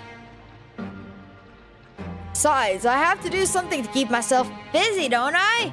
If I spend my days idling all on my own, I think I'd go mad. The gravedigger laughs at this, as though the prospect of her own madness is amusing. Her laugh, despite her slender stature, is not particularly delicate. Oh, is it gonna be like a ha ha ha ha like that? That's her laugh? It reminds you, perhaps unkindly, of the braying of a horse. What kind of sound does that make? I guess something like that. You're ashamed of thinking such a thing, though, and your face flushes with the guilt of it. We cannot be well-bred young ladies, you know. We cannot all be well-bred young ladies, you know. Still, the laughter of the gravedigger as it echoes through the gray, gloomy sky is strangely desperate. Oh, it's like Titus' laugh. Ha ha ha ha! Like that, maybe. Bro, that's what I have been doing for the last 2 months. Oh no! Play more games. Play more games. Don't stay idle. It sounds forced. 10 out of 10. Thanks, John. Her smile, too, is a touch unnatural. The rictus grin of a corpse. Haven't I been here for days? Wait, did she say days? She said days, right? It's only now that I'm noticing these things. You find, despite your attempts to return her laughter with a polite giggle, that you cannot help but pity her. You retreat indoors briefly after you talk with the gravedigger, then set about some simple chores. The gravedigger trusts you well enough to manage sweeping the floors, a task which does not take particularly long, and the preparing of the meals, a task which takes slightly longer. Have 3 months to go till summer break, and nice 3 months of rest. It is not until much later, however, once the sun has already sunk beneath the horizon and the moon is high in the sky, that the gravedigger returns from the outdoors. Did we ask her name yet? No name yet. I feel like maybe throughout the whole game, we only know the title of each character rather than their name. We also don't know the name of our main character. She is Windswept after many hours spent exposed to the elements, and there is dirt caked underneath her fingernails. The gravedigger removes her cloak, which she hangs by the door, then looks to the pot suspended over the fire, a fire which you stoked with your own fair hands. The scent of cooking food, that of garlic and onions, yum, fills the air, diffusing the interior of the kitchen in a homey aroma which makes your stomach rumble. This is the second time this word was used. Do they like this word? Taking stock of this, the gravedigger smiles at you, a toothy smile, which, despite her status as a lowly peasant, is surprisingly clean and bright and white. But she drinks tea. She drinks tea, though. She wouldn't have... Anyway, whatever. Keeping it formal, yeah. So we don't get attached. Our MC's name is Lydia because I feel like it's Lydia somehow. Can be. Yeah, it can be. Thank you so much. Oh, Thank you so much, dear one. There's nothing like returning home after a hard day's work to find dinner already prepared. Now, let me give it a test. The gravedigger dips a spoon into the soup, then brings it to her lips. She blows upon it. Then she places a spoon into her mouth, the wooden utensils clacking against her teeth. You observe this with a touch of anxiety. Will she like the food which you have prepared for her? You have cooked for her before in the past, and she was always very complimentary to your efforts. Cooking is not your forte, however. Same. You never had to concern yourself with it, really, growing up in relative comfort as you did. You think that you enjoy this rural, rustic mode of existence more than you did any of the privileges of your past life. At least now, with the gravedigger, you have a steadfast friend, a staunch ally. French onion soup, attachment issues. She probably brushes her teeth after drinking tea. With what? In this era? Is there something that will help? I drink tea too. It doesn't make your teeth bad. It stains. It stains. Unless you mean like chamomile tea, then I guess it won't stain. But if it's like the typical darker teas, it will stain. Last time you cooked was 2 weeks ago. Made pasta and sausage and burned the kitchen. Oh no! Made hot plasma in firefighter's cave. It burned the couch? Oh no. But did it taste good? It's white tea, so teeth stains white. I mean, it's not as pigmented. It won't stain as much if it's something like chamomile or lavender or... Wait, does mint tea stain? I don't think mint also stains. Is this a horror game? As far as I know, it's not. But there are trigger warnings to it. It's more like toxic romance game. Emphasis on the toxic. Ate it and burned your mouth. Oh, but 10 out of 10. Oh, nice! Hey, it will recover, but at least it was good, yeah? When you're with her, you're not alone, and that is worth its weight in gold. Oh no, she likes her! The gravedigger exclaims, after drawing the spoon from her lips. Her smile, a bright, guileless one. It's delicious! Your face flushes at this compliment. You're unaccustomed to receiving them, and it makes you feel good. Shyly, you ask the gravedigger if she truly means that, a query which makes the gravedigger smile. Of course I mean it. You've become quite good at cooking, really. That is a relief. You were not very good at all of this cooking malarkey in the beginning. You did not know how to handle a knife, nor how to peel a vegetable, and you cut yourself more than once. I also don't know how. That's why I buy things pre-cut. Is Yuri the game? Yeah, it is. That's like one of the main tags of the game. It is. You bleed into the soup on several occasions, but never once did you throw this sullied soup out. The grave digger lives a humble existence and she cannot afford to waste her precious ingredients. Your soups during your stay have all been seasoned with the slightest hint of iron. Oh, yikes. Yikes. Huh, is malarkey? I think it is. Wait, you know what? I'm gonna double check. I don't want to spread this information. I'm gonna double check what it means. Insincere or foolish talk or nonsense. Stuff like that. Okay. Not spreading misinformation.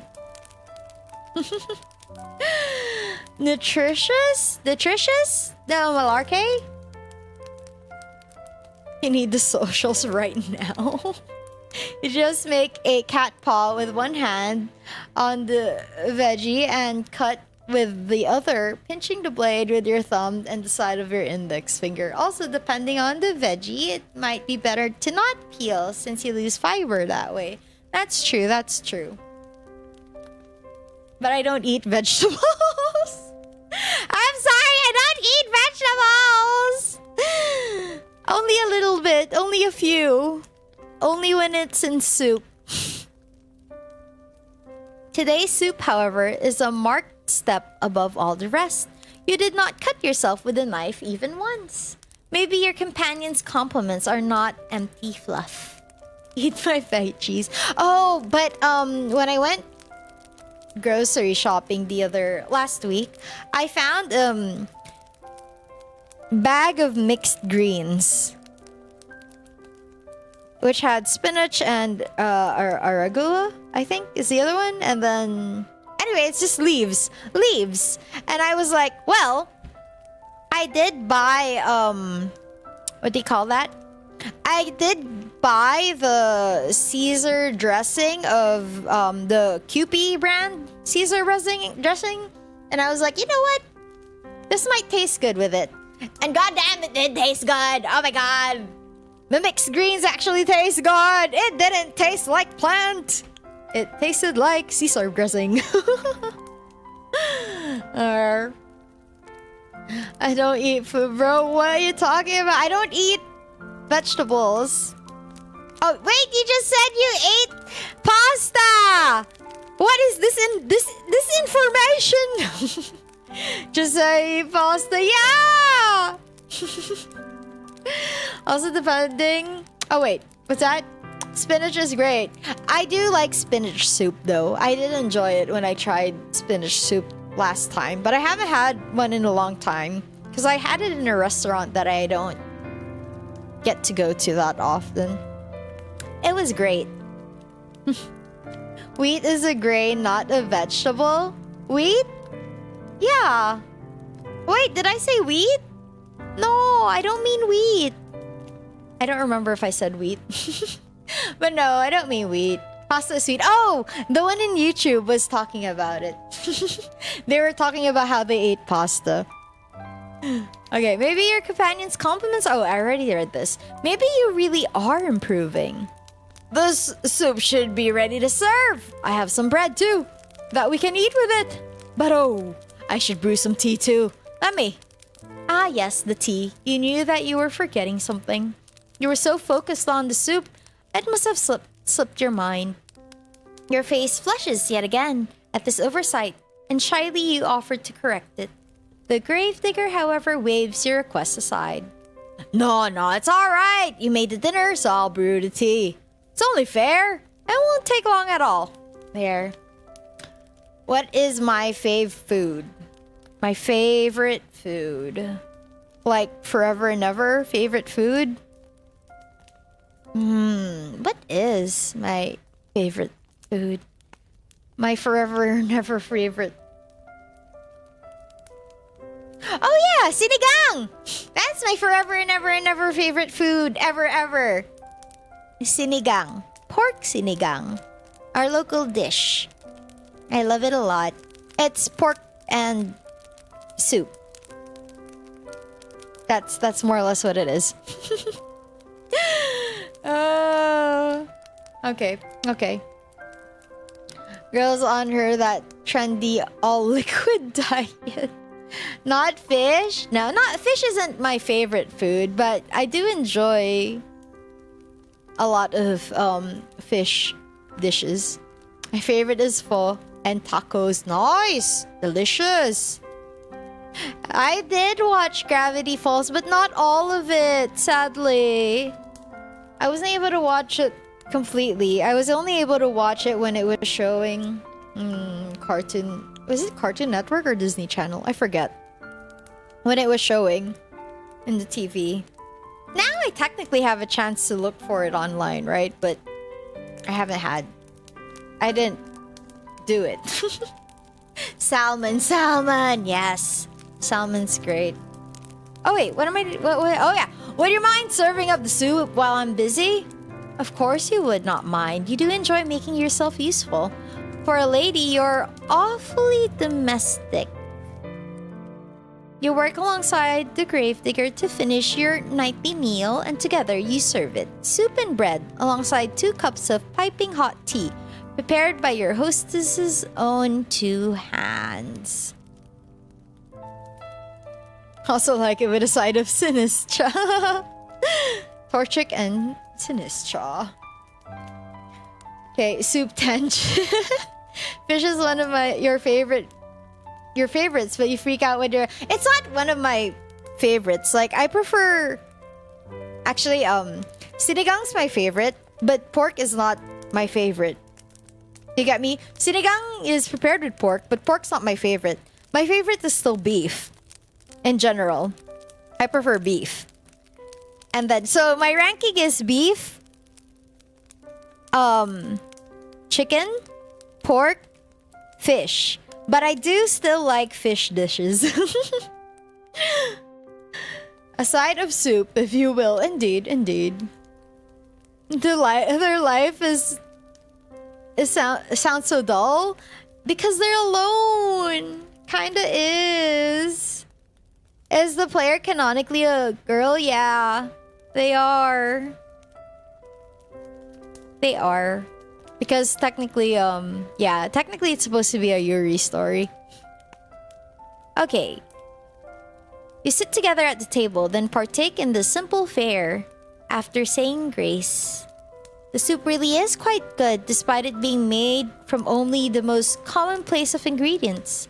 There's a bit of a kick to it, and it warms you from the inside out. The tea, meanwhile, is very soothing, so much so it makes you feel rather sleepy. Ooh, nice. Marketing department, get on that. Made of the best rocks a gravedigger can dig. Indeed. Alright, they're alone because it gets lonely there, right? Indeed. You would like to sit with the gravedigger for a little while longer and tell stories, as you have sometimes in the past, that or play cards. Oh, they have cards! Cards! Magic the Gathering? Cookie Run! The nights are long, and there is no better way to pass them than spending time with her. Oh no, she's in love! Gambling? Poker!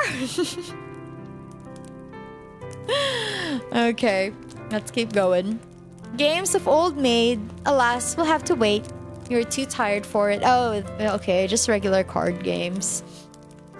You do not know what has happened, but after consuming your victuals, you feel utterly fatigued. You explain your predicament to the gravedigger, but between your yawns, and she nods in response. That's alright, you don't need to stay up with me. Not if you ain't up to it. You should head off to bed and rest that pretty head of yours. You do not think you are particularly pretty, but you presume that the gravedigger is just regurgitating a phrase to you. Well, okay then. She does not truly mean it. How could she? She's far prettier than you are. You thank the gravedigger for her understanding, then rise from the table. You retreat to the spare bedroom on trembling legs, then change out of your clothes. You have only just slid into your nightgown when you heard the rapping of knuckles upon your door. Light and unobtrusive. Oh, it's knocking. This rapping could, of course, belong to but one person. It is the gravedigger come to check up on you. I'm sorry, the gravedigger says, her voice soft. Oh, her voice soft. But you rushed to your room so soon after eating, I couldn't help but worry about you. Would you mind if I take a look at you? Just want to see if you're all right. It's happening! It's happening! Peasants Woe, the hot new TCG featuring such a great card as Consumption, Typhoid, and Yersinia Pestis. Games do you play that nobody else plays? What games do I play that nobody else plays?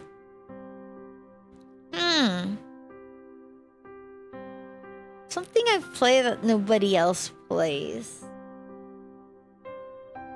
Backpack battles? I can't say nobody else plays that.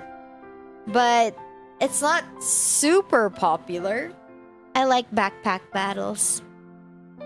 Backpack battles, so fun. Okay, Cookie Run TCG. Nobody plays that as often as I would like. Oh, I forgot to take my break. I'll take my break later. My Singing Monsters? I haven't heard of that. Let's check it out. My Singing Monsters. You meant nobody else you know. Oh, Well, there were some people that were playing it, but I don't know if they're still playing backpack battles. I don't know then. I'm not sure.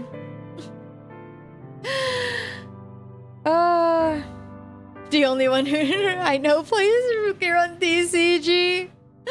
Yeah, it's fairly new. It did just start, and I don't know. I don't think the art style is something people would take too quickly, right? Like, a lot of people will probably like, these are just a bunch of cutesy cookies. I want something cool.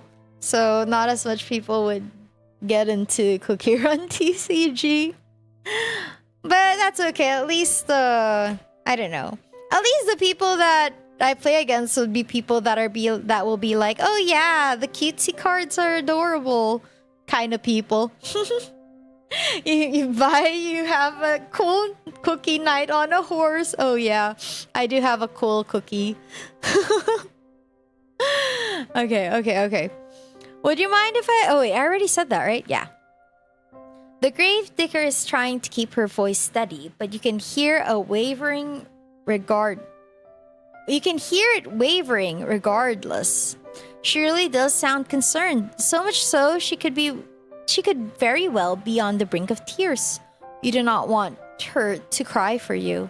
You would feel horribly guilty if you upset her, even inadvertently, given all that she has done for you. You bid the gravedigger entry into your room. Therefore, without further delay, an invitation she hastens to take. Okay. The door swings inward with a creak, and there your hostess stands, still attired in black. Her clothes are stark contrast to your pure white, well, off-white nightgown. But she has green! Oh, whatever. The gravedigger looks at you, seated in bed, with your hair freed from your usual braids, and exhales. Is that relief, you wonder? Playing about her face? But why? What was she expecting to see, exactly, before entering your bedchamber? Why is it off axis? She's thinking, maybe. Thank you for letting me in, the gravedigger says, toying with her fingers. How do you feel? Not too terrible, you reassure her. There are no particular problems with your health. You just feel tired. Are you sure you're not sick? Your face does look a bit pale. She's worried about the plague. A washerwoman is going to come into town and break up this household. Oh no! Oh no! It's gonna be a home wrecker! It's still at 45. She's just, pondering. That would be nothing out of the norm. You are always pale. True. Now, is there anything I can do for you? Would you like something warm to drink, or maybe a hot brick to place in your bed? It should keep you warm. Oh, is that how they heated stuff before? Oh, okay. You appreciate your hostess's thoughtfulness, but you reassure her that this won't be necessary. You will be fine.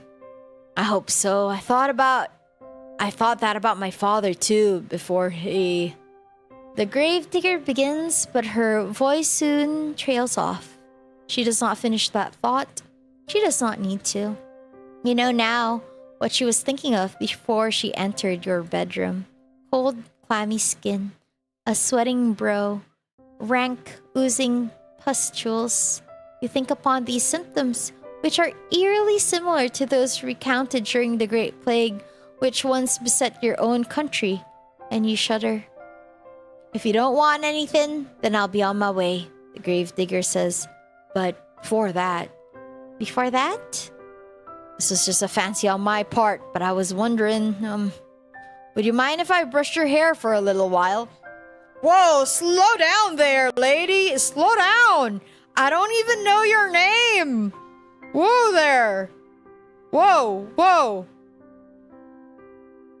Chill! Lady, chill!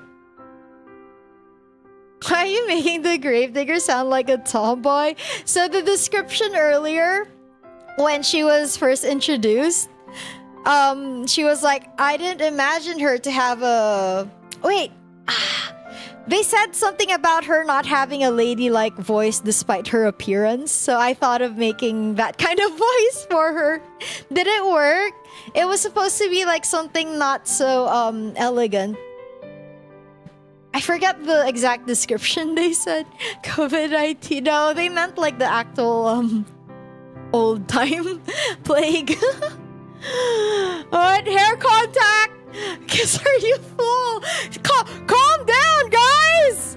Calm down. May I offer a hot brick in these trying times? She starts brushing her hair. She drops the brush. You both lean in to pick it up. Oh my god, the fan fiction here, Chad. Crazy move. Okay.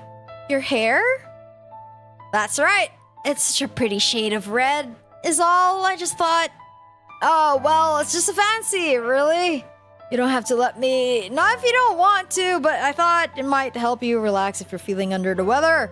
I've heard it's supposed to be soothing. Sure.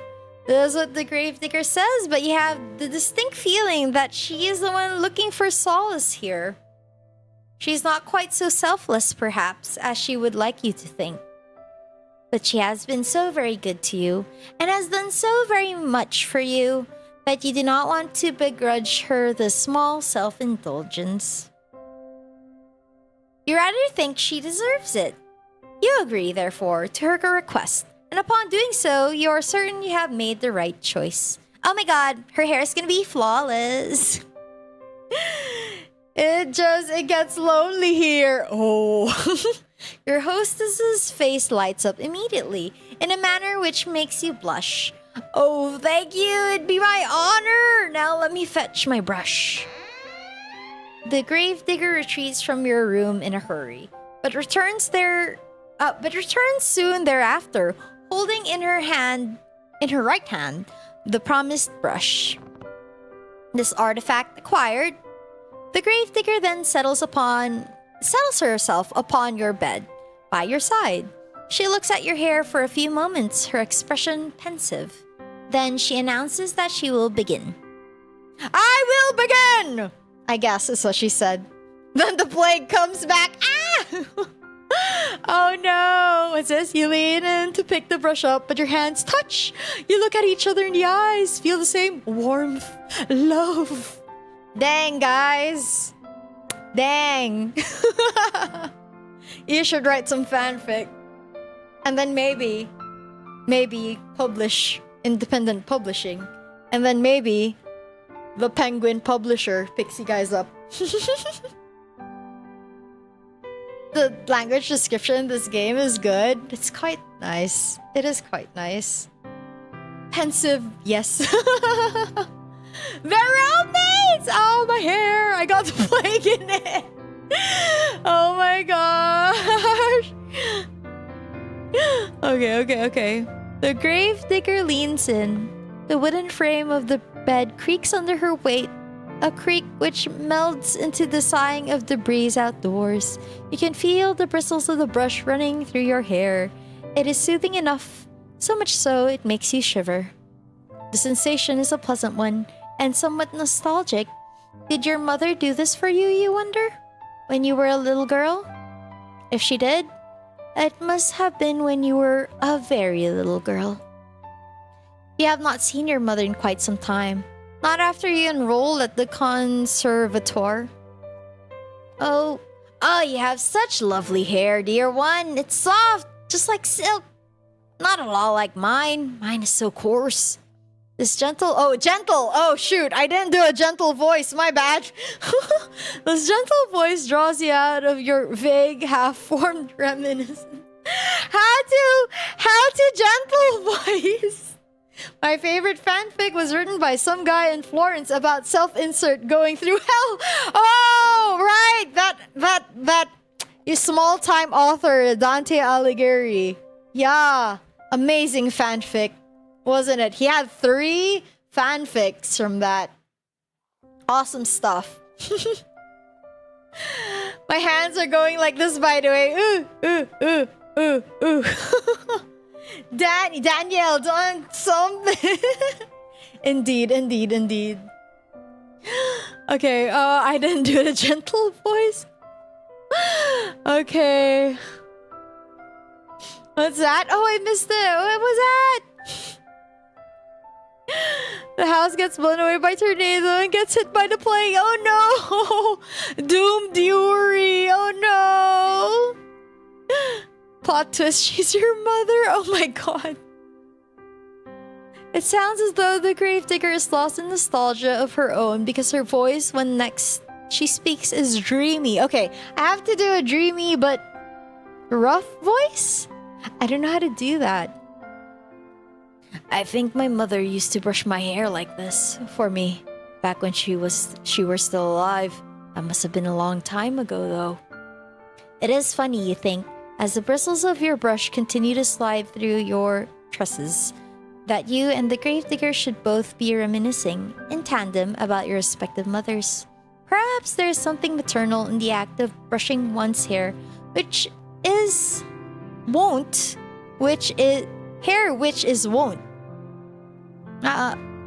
Wait, I think, did I misread that? Perhaps there's something maternal in the act of brushing one's hair, which is wont to summoning forth such images. You know what? I get what they mean, but I don't understand the arrangement. Alright. I would not know, personally. I cannot remember my own mother at all. I don't think I liked having my hair brushed very much. The gravedigger continues, her breath warm against the exposed nape of your neck. Oh, too close! My mother used to complain that I squirmed too much. I can remember that. She always told me to sit still, but it wasn't my fault I squirmed. She used too much force. Now this is curious. It sounds as though the reminiscence of the gravedigger are not particularly fond after all. Did she not get along well with her mother? I can't rightly say, the gravedigger replies, in a somber sort of a voice. I was young, like I said, when she died. I really don't remember her too well. I don't think she ever had that much time for me. She was too busy with all the cooking and the cleaning. Oh, and looking after my baby brothers. But she had time enough, despite that, to brush your hair. Oh wait, wrong voice, narrator voice. But she had time enough, despite that, to brush your hair? She did what she felt she had to do to make me look presentable that it really worked.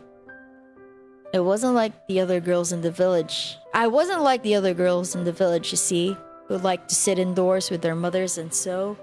I'd always loved the outdoors. My father said I inherited that from him. Ruefully, the gravedigger smiled. Not that you can see it with your back facing her. Then why did you? Okay. Alright. Someone with a rough voice letting her guard down so it's not as boisterous, but only innocent and, in a way, vulnerable. Exposed name! Like Grandpa from About Fishing. Oh no. You can sense the smile with your name. It's shining through. Okay. Alright then. After playing this game, me and the gang... Crap? What? My mother said I wasn't very... well, maidenly. She didn't like that I always traipsed around outside after my father watching as he dug graves. She said it wasn't appropriate, like I was some sort of a princess wearing a fine dress. The grave digger snorts. I used to get a bit muddy, yes, and maybe I did get burrs in my clothes and knots in my hair, but it shouldn't have mattered. It's not like I ever had any hopes of marrying a prince, no matter what my mother said. But still, she hoped. She had a lot of hopes. My mother, high hopes.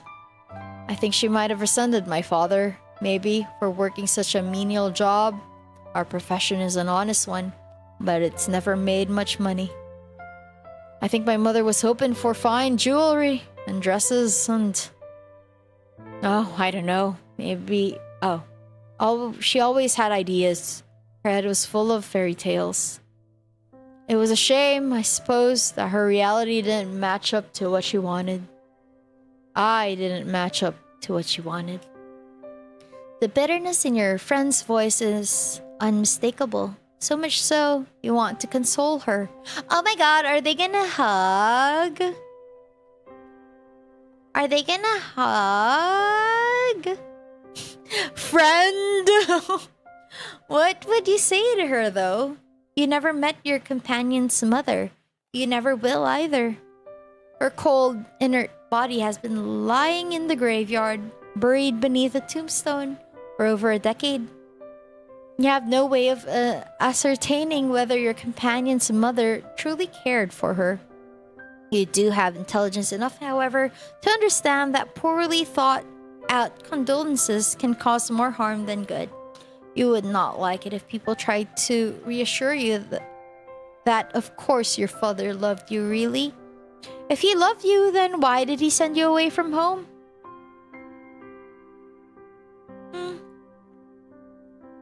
Why did he never send you any letters?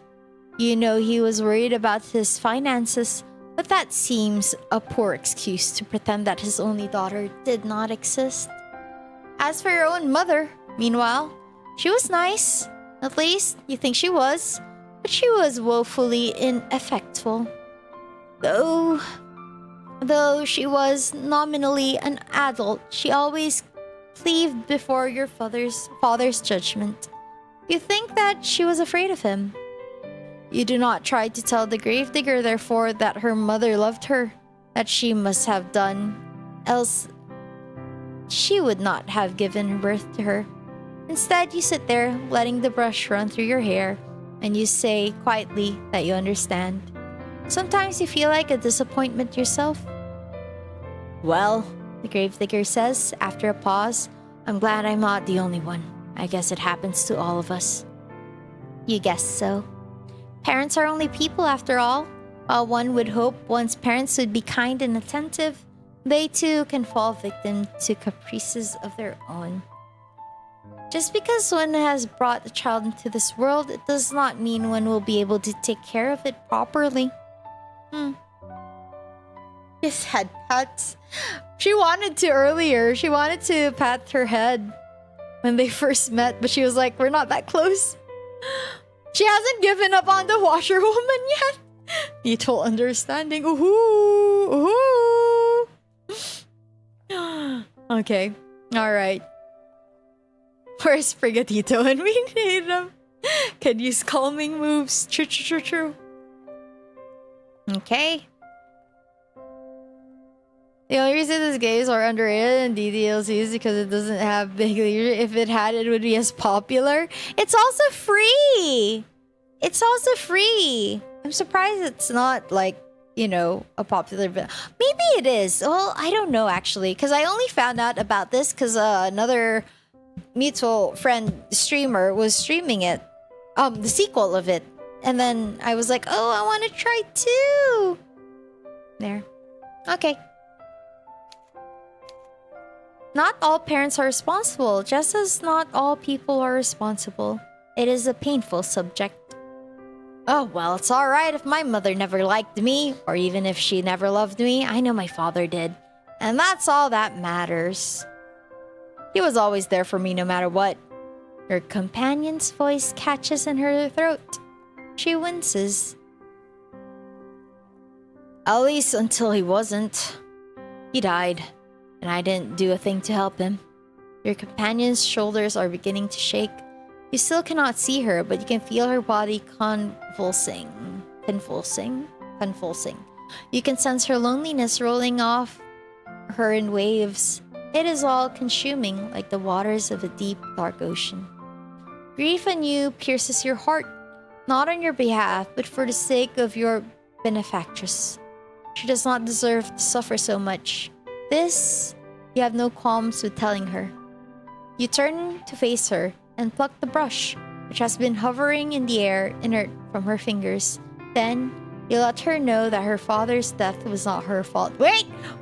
She took the brush! She took the brush. Kids say it's...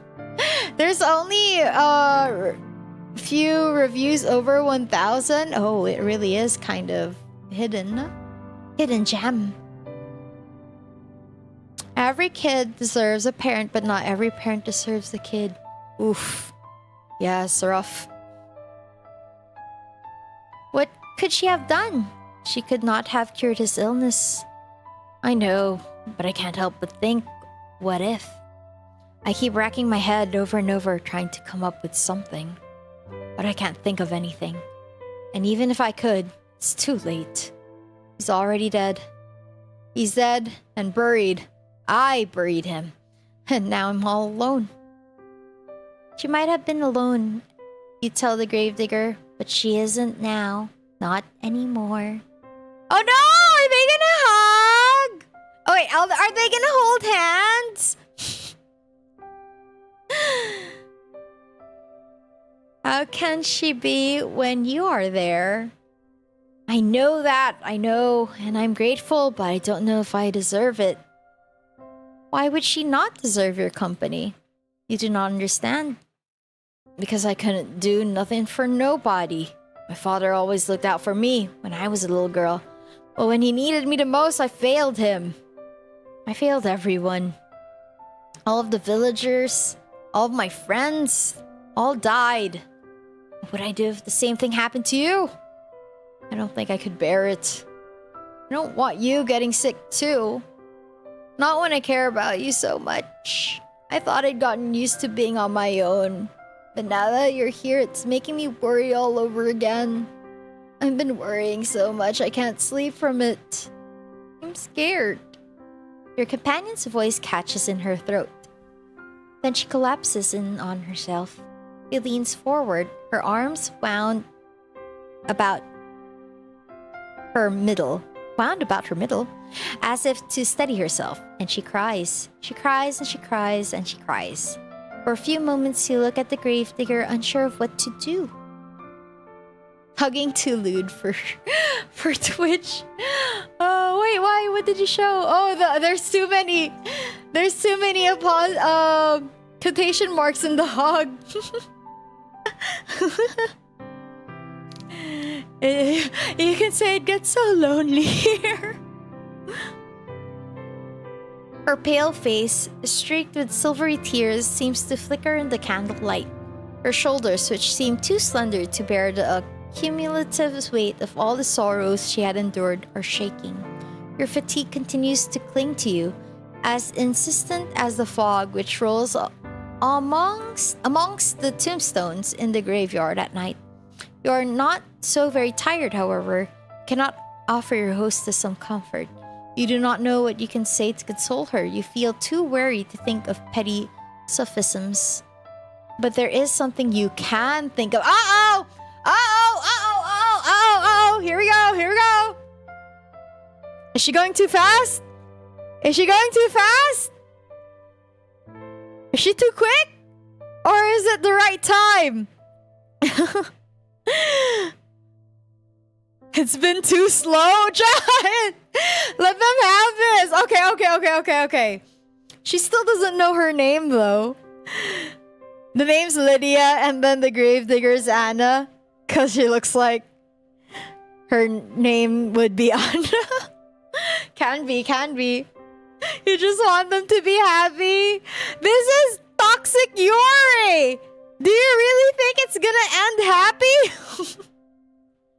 You would not typically be so bold, of course, but you are tired enough for once to throw caution to the wind. Oh my god, does she just do something just because she's like, you know what, I'm too tired, let's do this, and then maybe I can go to sleep. That's kind of... okay. That and the tears of the grave digger are awfully arresting. Oh, it's just a hug. It's just a hug. Okay. Too fast! Hold hands first! You open your arms, and before the gravedigger can pass comment, you pull her to your chest. Oh. A soft exclamation escapes the lips of the gravedigger, quieter than the sound of wintry snow as it brushes the ground. Then there's nothing. The gravedigger is stiff in your arms for a few moments, like the corpses she and her father used to seal away inside their wooden coffins. She is all wide eyes and awkward, pointed elbows, tears still coursing down her pale cheeks. You worry briefly, as you hold her, that you have perhaps made a mistake. Were your attempts at consoling her too clumsy? You would not know. You have never been in a situation like this before. You have never consoled a friend before, because you have never had any friends to console. It is not so now, however. You are as far away from your old life as it is possible to be, and the gravedigger does not curse you for your impudence. Neither does she try to squirm away from you. Instead, she sits there, still as a statue, cradled in your arms. Oh, I'm very sorry to show you something so embarrassing. It's just, I get so lonely sometimes. Until at long last, with a breathy sob, she lets the full weight of her body land against yours. You run your hands against your sobbing companion's shoulder blades, and her back, and gently you soothe her. You tell her that she does not need to apologize. There's no shame in crying. You hug her for many, many minutes while she sobs against your chest, wetting the front of your nightgown. No further words pass between you that night, but they do not need to. Words are irrelevant in a moment as tender as this, shared between two souls who have come to understand one another through mutual loneliness. You slide beneath your sheets, you still feel exhausted, and the gravedigger joins you without asking for permission. Okay, well, there we go. They sleep. They sleep. Our MC has pink hair, yeah. It's the cover art in the Steam page. I assume that was our MC. A bit off topic, but if you hadn't already, you should watch. Oh, what's that? What's that? Watch it and recommend it. It's peak. Wait, what's the acronym? What's the acronym? No, Igor. No. Oh, the amazing digital service. All right, you said that last time. I still haven't. Okay.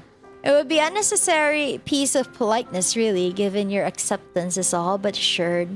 You have already accepted the gravedigger after all, every single inch of her. You have accepted her hospitality. You have accepted her food. Now you are accepting her company. You arrange yourself beneath the sheets, then draw her body to yours. The gravedigger has not yet changed into her nightwear. Her clothes will be horribly rumpled when she awakes come the following morning, her head resting against your chest. But tomorrow has ceased to matter. It no longer exists. There is no concept of time between the two of you. No thought of the day which will dawn once this night inevitably ends. Instead, there is only the warmth shared between you and the witness on the cheeks of the gravedigger. There is the sound, irregular now, and less intense than before, of your companion's muted, muffled sobs. There is this gentle, tender moment snatched in the midst of a deep, dark night, which can never be replaced. Your eyelids feel heavy, as though weighted down with stones. They drop inexorably downwards. Droop, pulling you like a drowning maiden into the dark, impenetrable abyss of slumber. You yawn. Then you fall asleep, cozied up beside the gravedigger like two cats in a basket. You sleep and you sleep and you sleep more deeply than you have allowed yourself in quite some time. Am I dying? Is my character dying? Am I dying? Oh man, the plague. But when you awake, you find that you are no longer in the bed upon which you slept in, shrouded by sheets. The gravedigger too is the Uh-oh.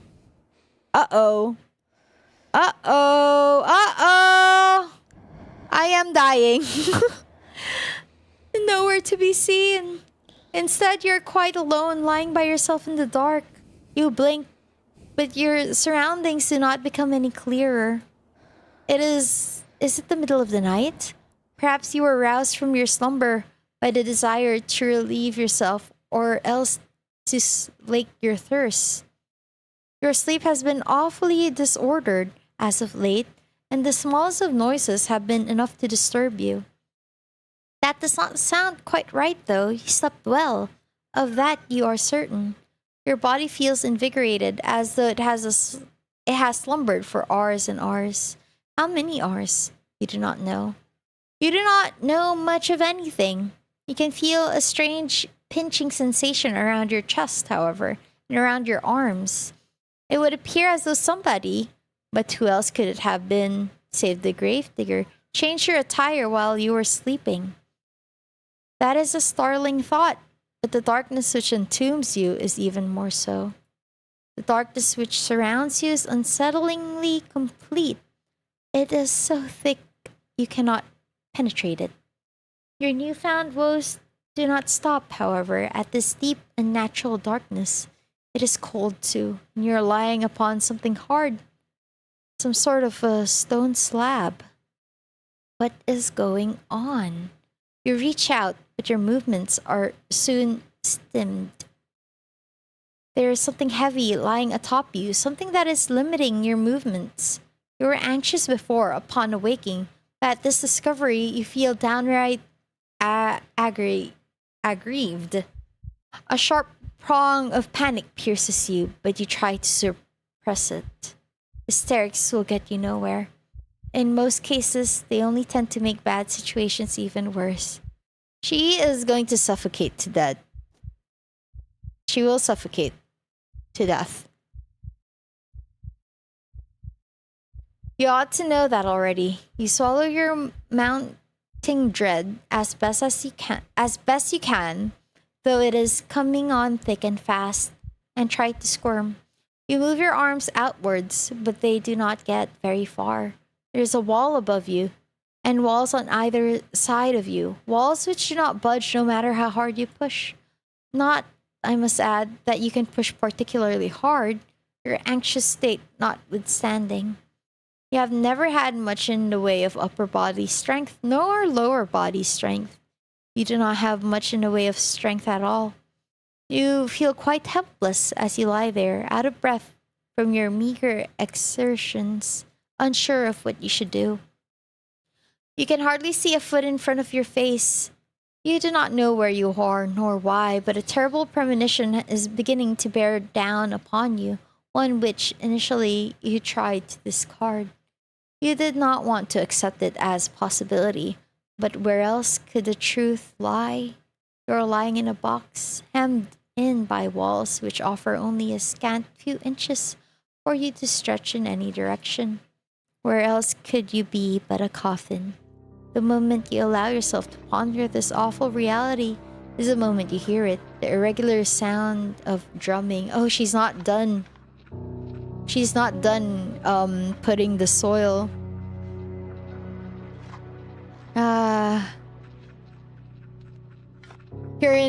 Here on a hidden camera show, you got grave diggered. Oh no.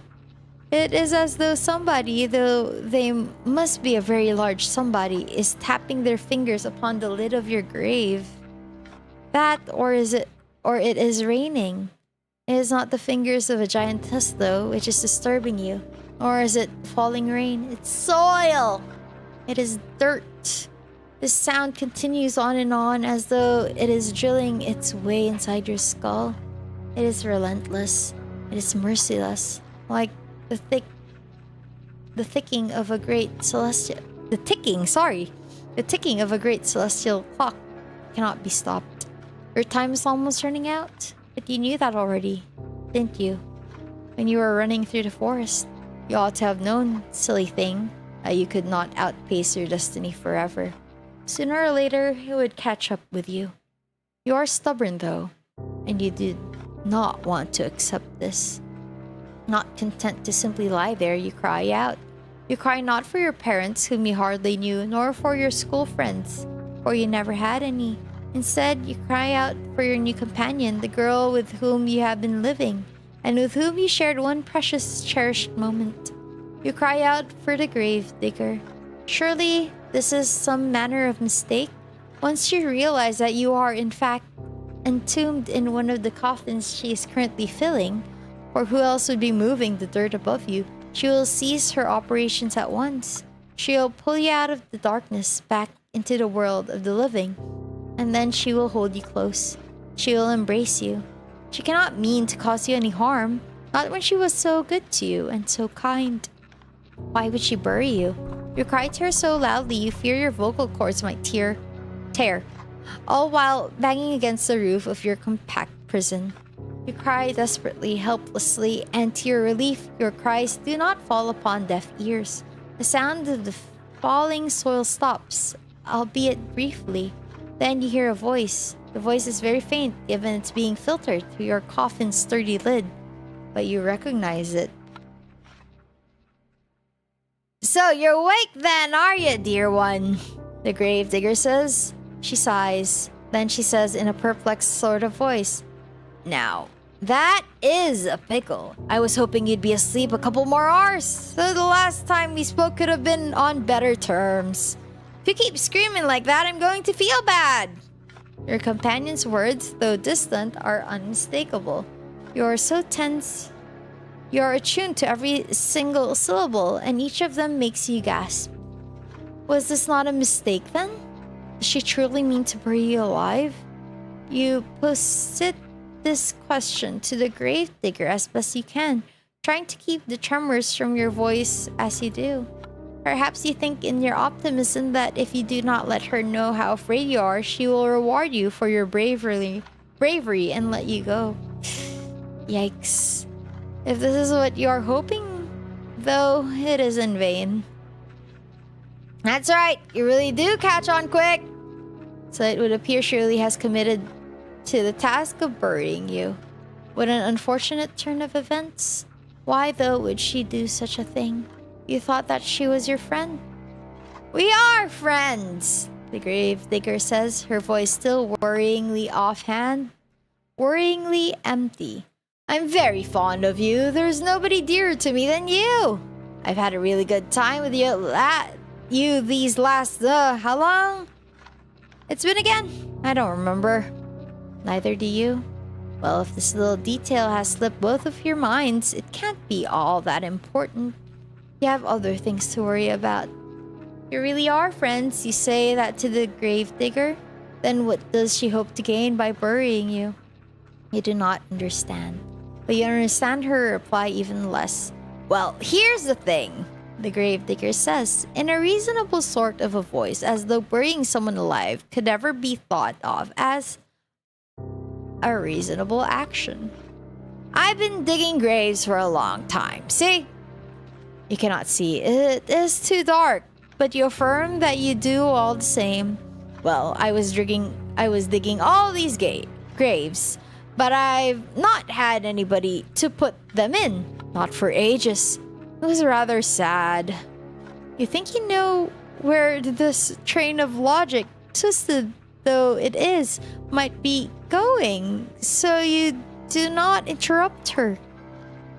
You know, no good would come to it. What's happening? She was like, oh, these graves are a waste. Gotta use it somehow. All you can do for the present is lie there and listen. I was thinking I'd never find another person to bury in this god-forsaken village. Not after the plague messed everything up. I was getting desperate. Until you came along, that is. Now they have somebody I can bury. I'm not gonna let the opportunity pass me by. I'm sorry, but this is just part of my job. It's what my father taught me to do. It's all I know how to do. I buried my mother, I buried my father, I buried all of my friends. I'm going to bury you too. It is sound logic in a sense. As the daughter of a grave digger, digging graves is her job, but something about it rackles you. If only you could put your finger on it. Ah, yes. There is a bit of a flaw in her reasoning, is there not? You're not dead after all. You might not be dead now, the gravedigger says in response to your ingenuity, but you will be if given enough time. I mean, everybody else I've ever known died. Who's to say you wouldn't be next? Seems rather more likely that you will die, and quickly, if she persists with her poorly thought out plan to bury you. Your coffin is not very large. It affords you precious little space. Eventually, if trapped within it for long enough, you'll run out of oxygen. Then you will suffocate. That, or you will starve to death. Either way, your demise will be slow, painful one. You're unsure which death would be worse, though given how precarious your situation is, you do not wish to expend the necessary energy needed to ponder it. You need to plead with the gravedigger, and quickly, while she is still here. It's her ultimate honor.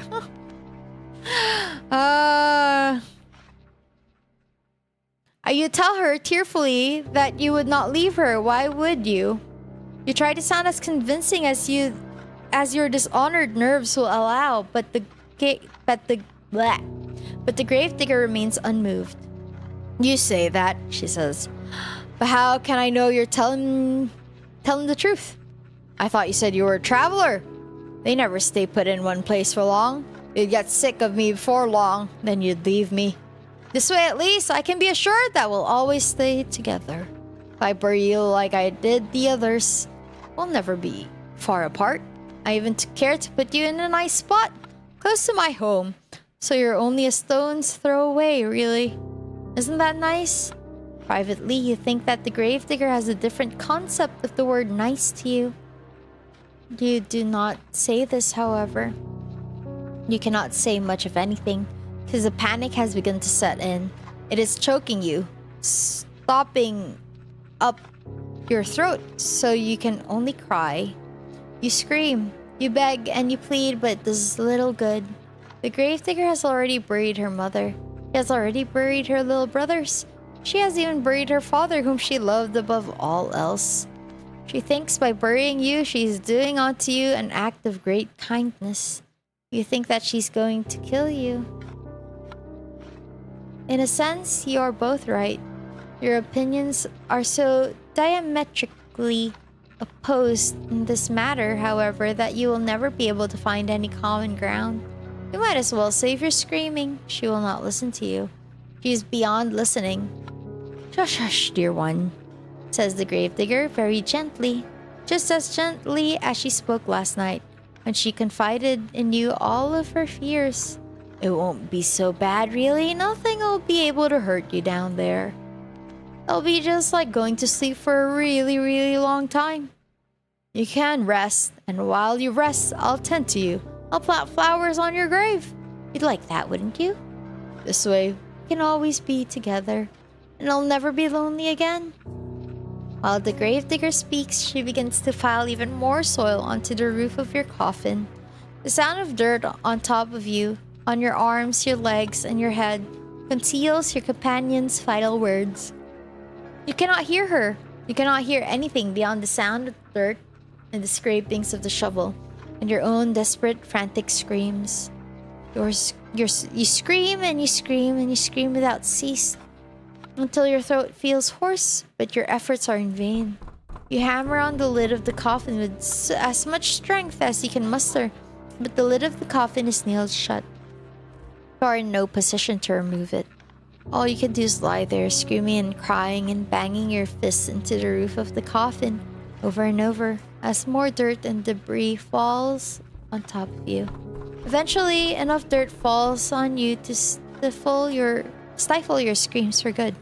The gravedigger can no longer hear you, and you can no longer hear her. You're all alone, trapped in a narrow wooden box which, regardless of what you want, is now your new home. You can smell the soil in the back of your nostrils when you inhale. It is so potent, you can taste it in your tongue. You can taste the eventual inevitable decay of your own body. It will remain trapped here, underground forever and ever. Or, to use less melodramatic terms, until the last of your energy escapes you and you succumb to your own slow suffocation. It isn't a very pleasant way to go, but you'll forgive me if my sympathy is limited. You did bring this upon yourself, you know? You reap what you sow, and in your case, you made a series of bad decisions which led to your ultimate demise. Now, what do you want to do? Will you accept this fate of yours and rest in peace, or will you try to fight against it? You know, they didn't give me any choices the whole time except for choosing the path. Can I save? Oh, shoot. I can't save. I should have saved before this.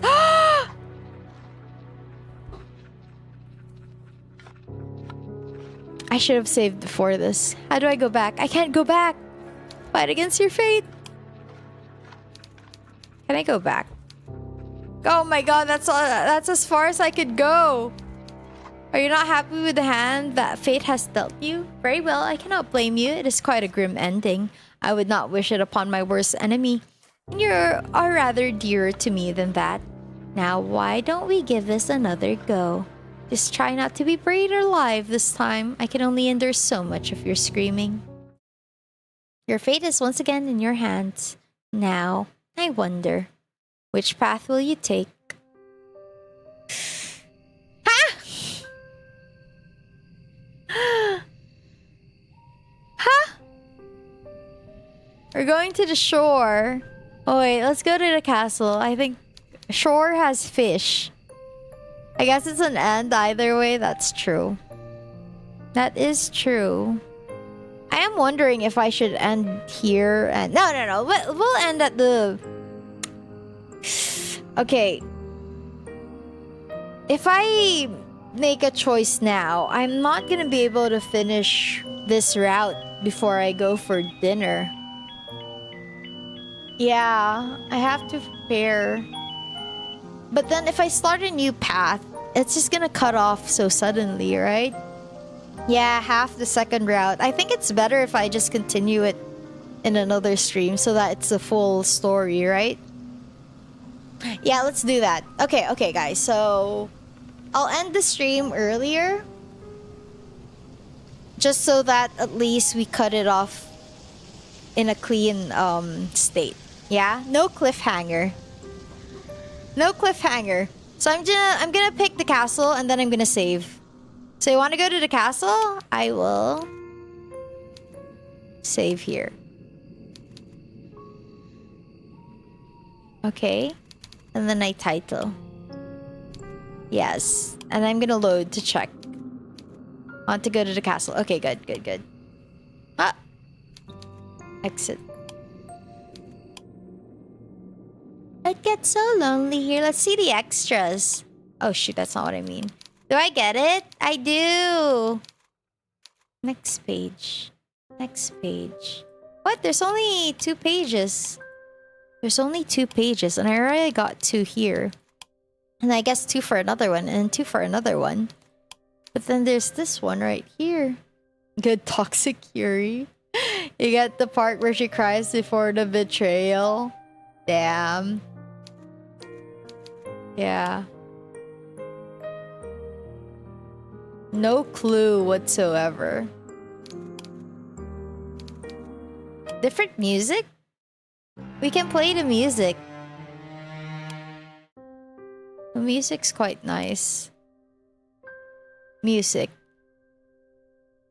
Oh, okay. They have a YouTube. The one who made the music. Okay, very nice. Very, very nice. Alright, so I guess we'll end the stream there. I will go back to my proper schedule tomorrow. So, Friday, tomorrow, same time, I will continue this, yeah? And then, maybe if we go a little quicker, we can have 2 routes, right? Maybe. Hopefully. So that we could get to the sequel, because I saw the art of the sequel and I was like, oh my god, it's so cute. The art looks really cute. But yeah, guys, if you want to play this game, it is on Steam and it is free. What did we learn today? Hold hands first. No hugging. Hugging too fast. That's what we learned today, okay? Have a nice day as well. I hope to see you guys. Oh, wait. I'm gonna have to look for someone to raid before I end the stream. Let's look. Who is live? Who's live that we can raid?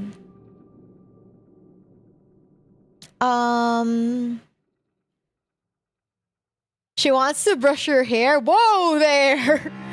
That's too fast! God damn! Okay, we can raid. Is Elva not streaming today? Oh, maybe I'm ending too early. But I don't have anything to do next. I don't want the story to end, to be cut off in a weird state. We'll go raid Jenny. They're playing Final Fantasy VII Rebirth. Nice! Let's go. So once again, thank you guys for joining me. I will continue this. Drop link on YouTube chat? Okay. How do I do that? Wait, let me do this. Yeah, so I don't forget this part. And then I drop the link on Jenny's. Here you go. Let's go to Jenny. And then I will end the stream. Thank you guys and goodbye.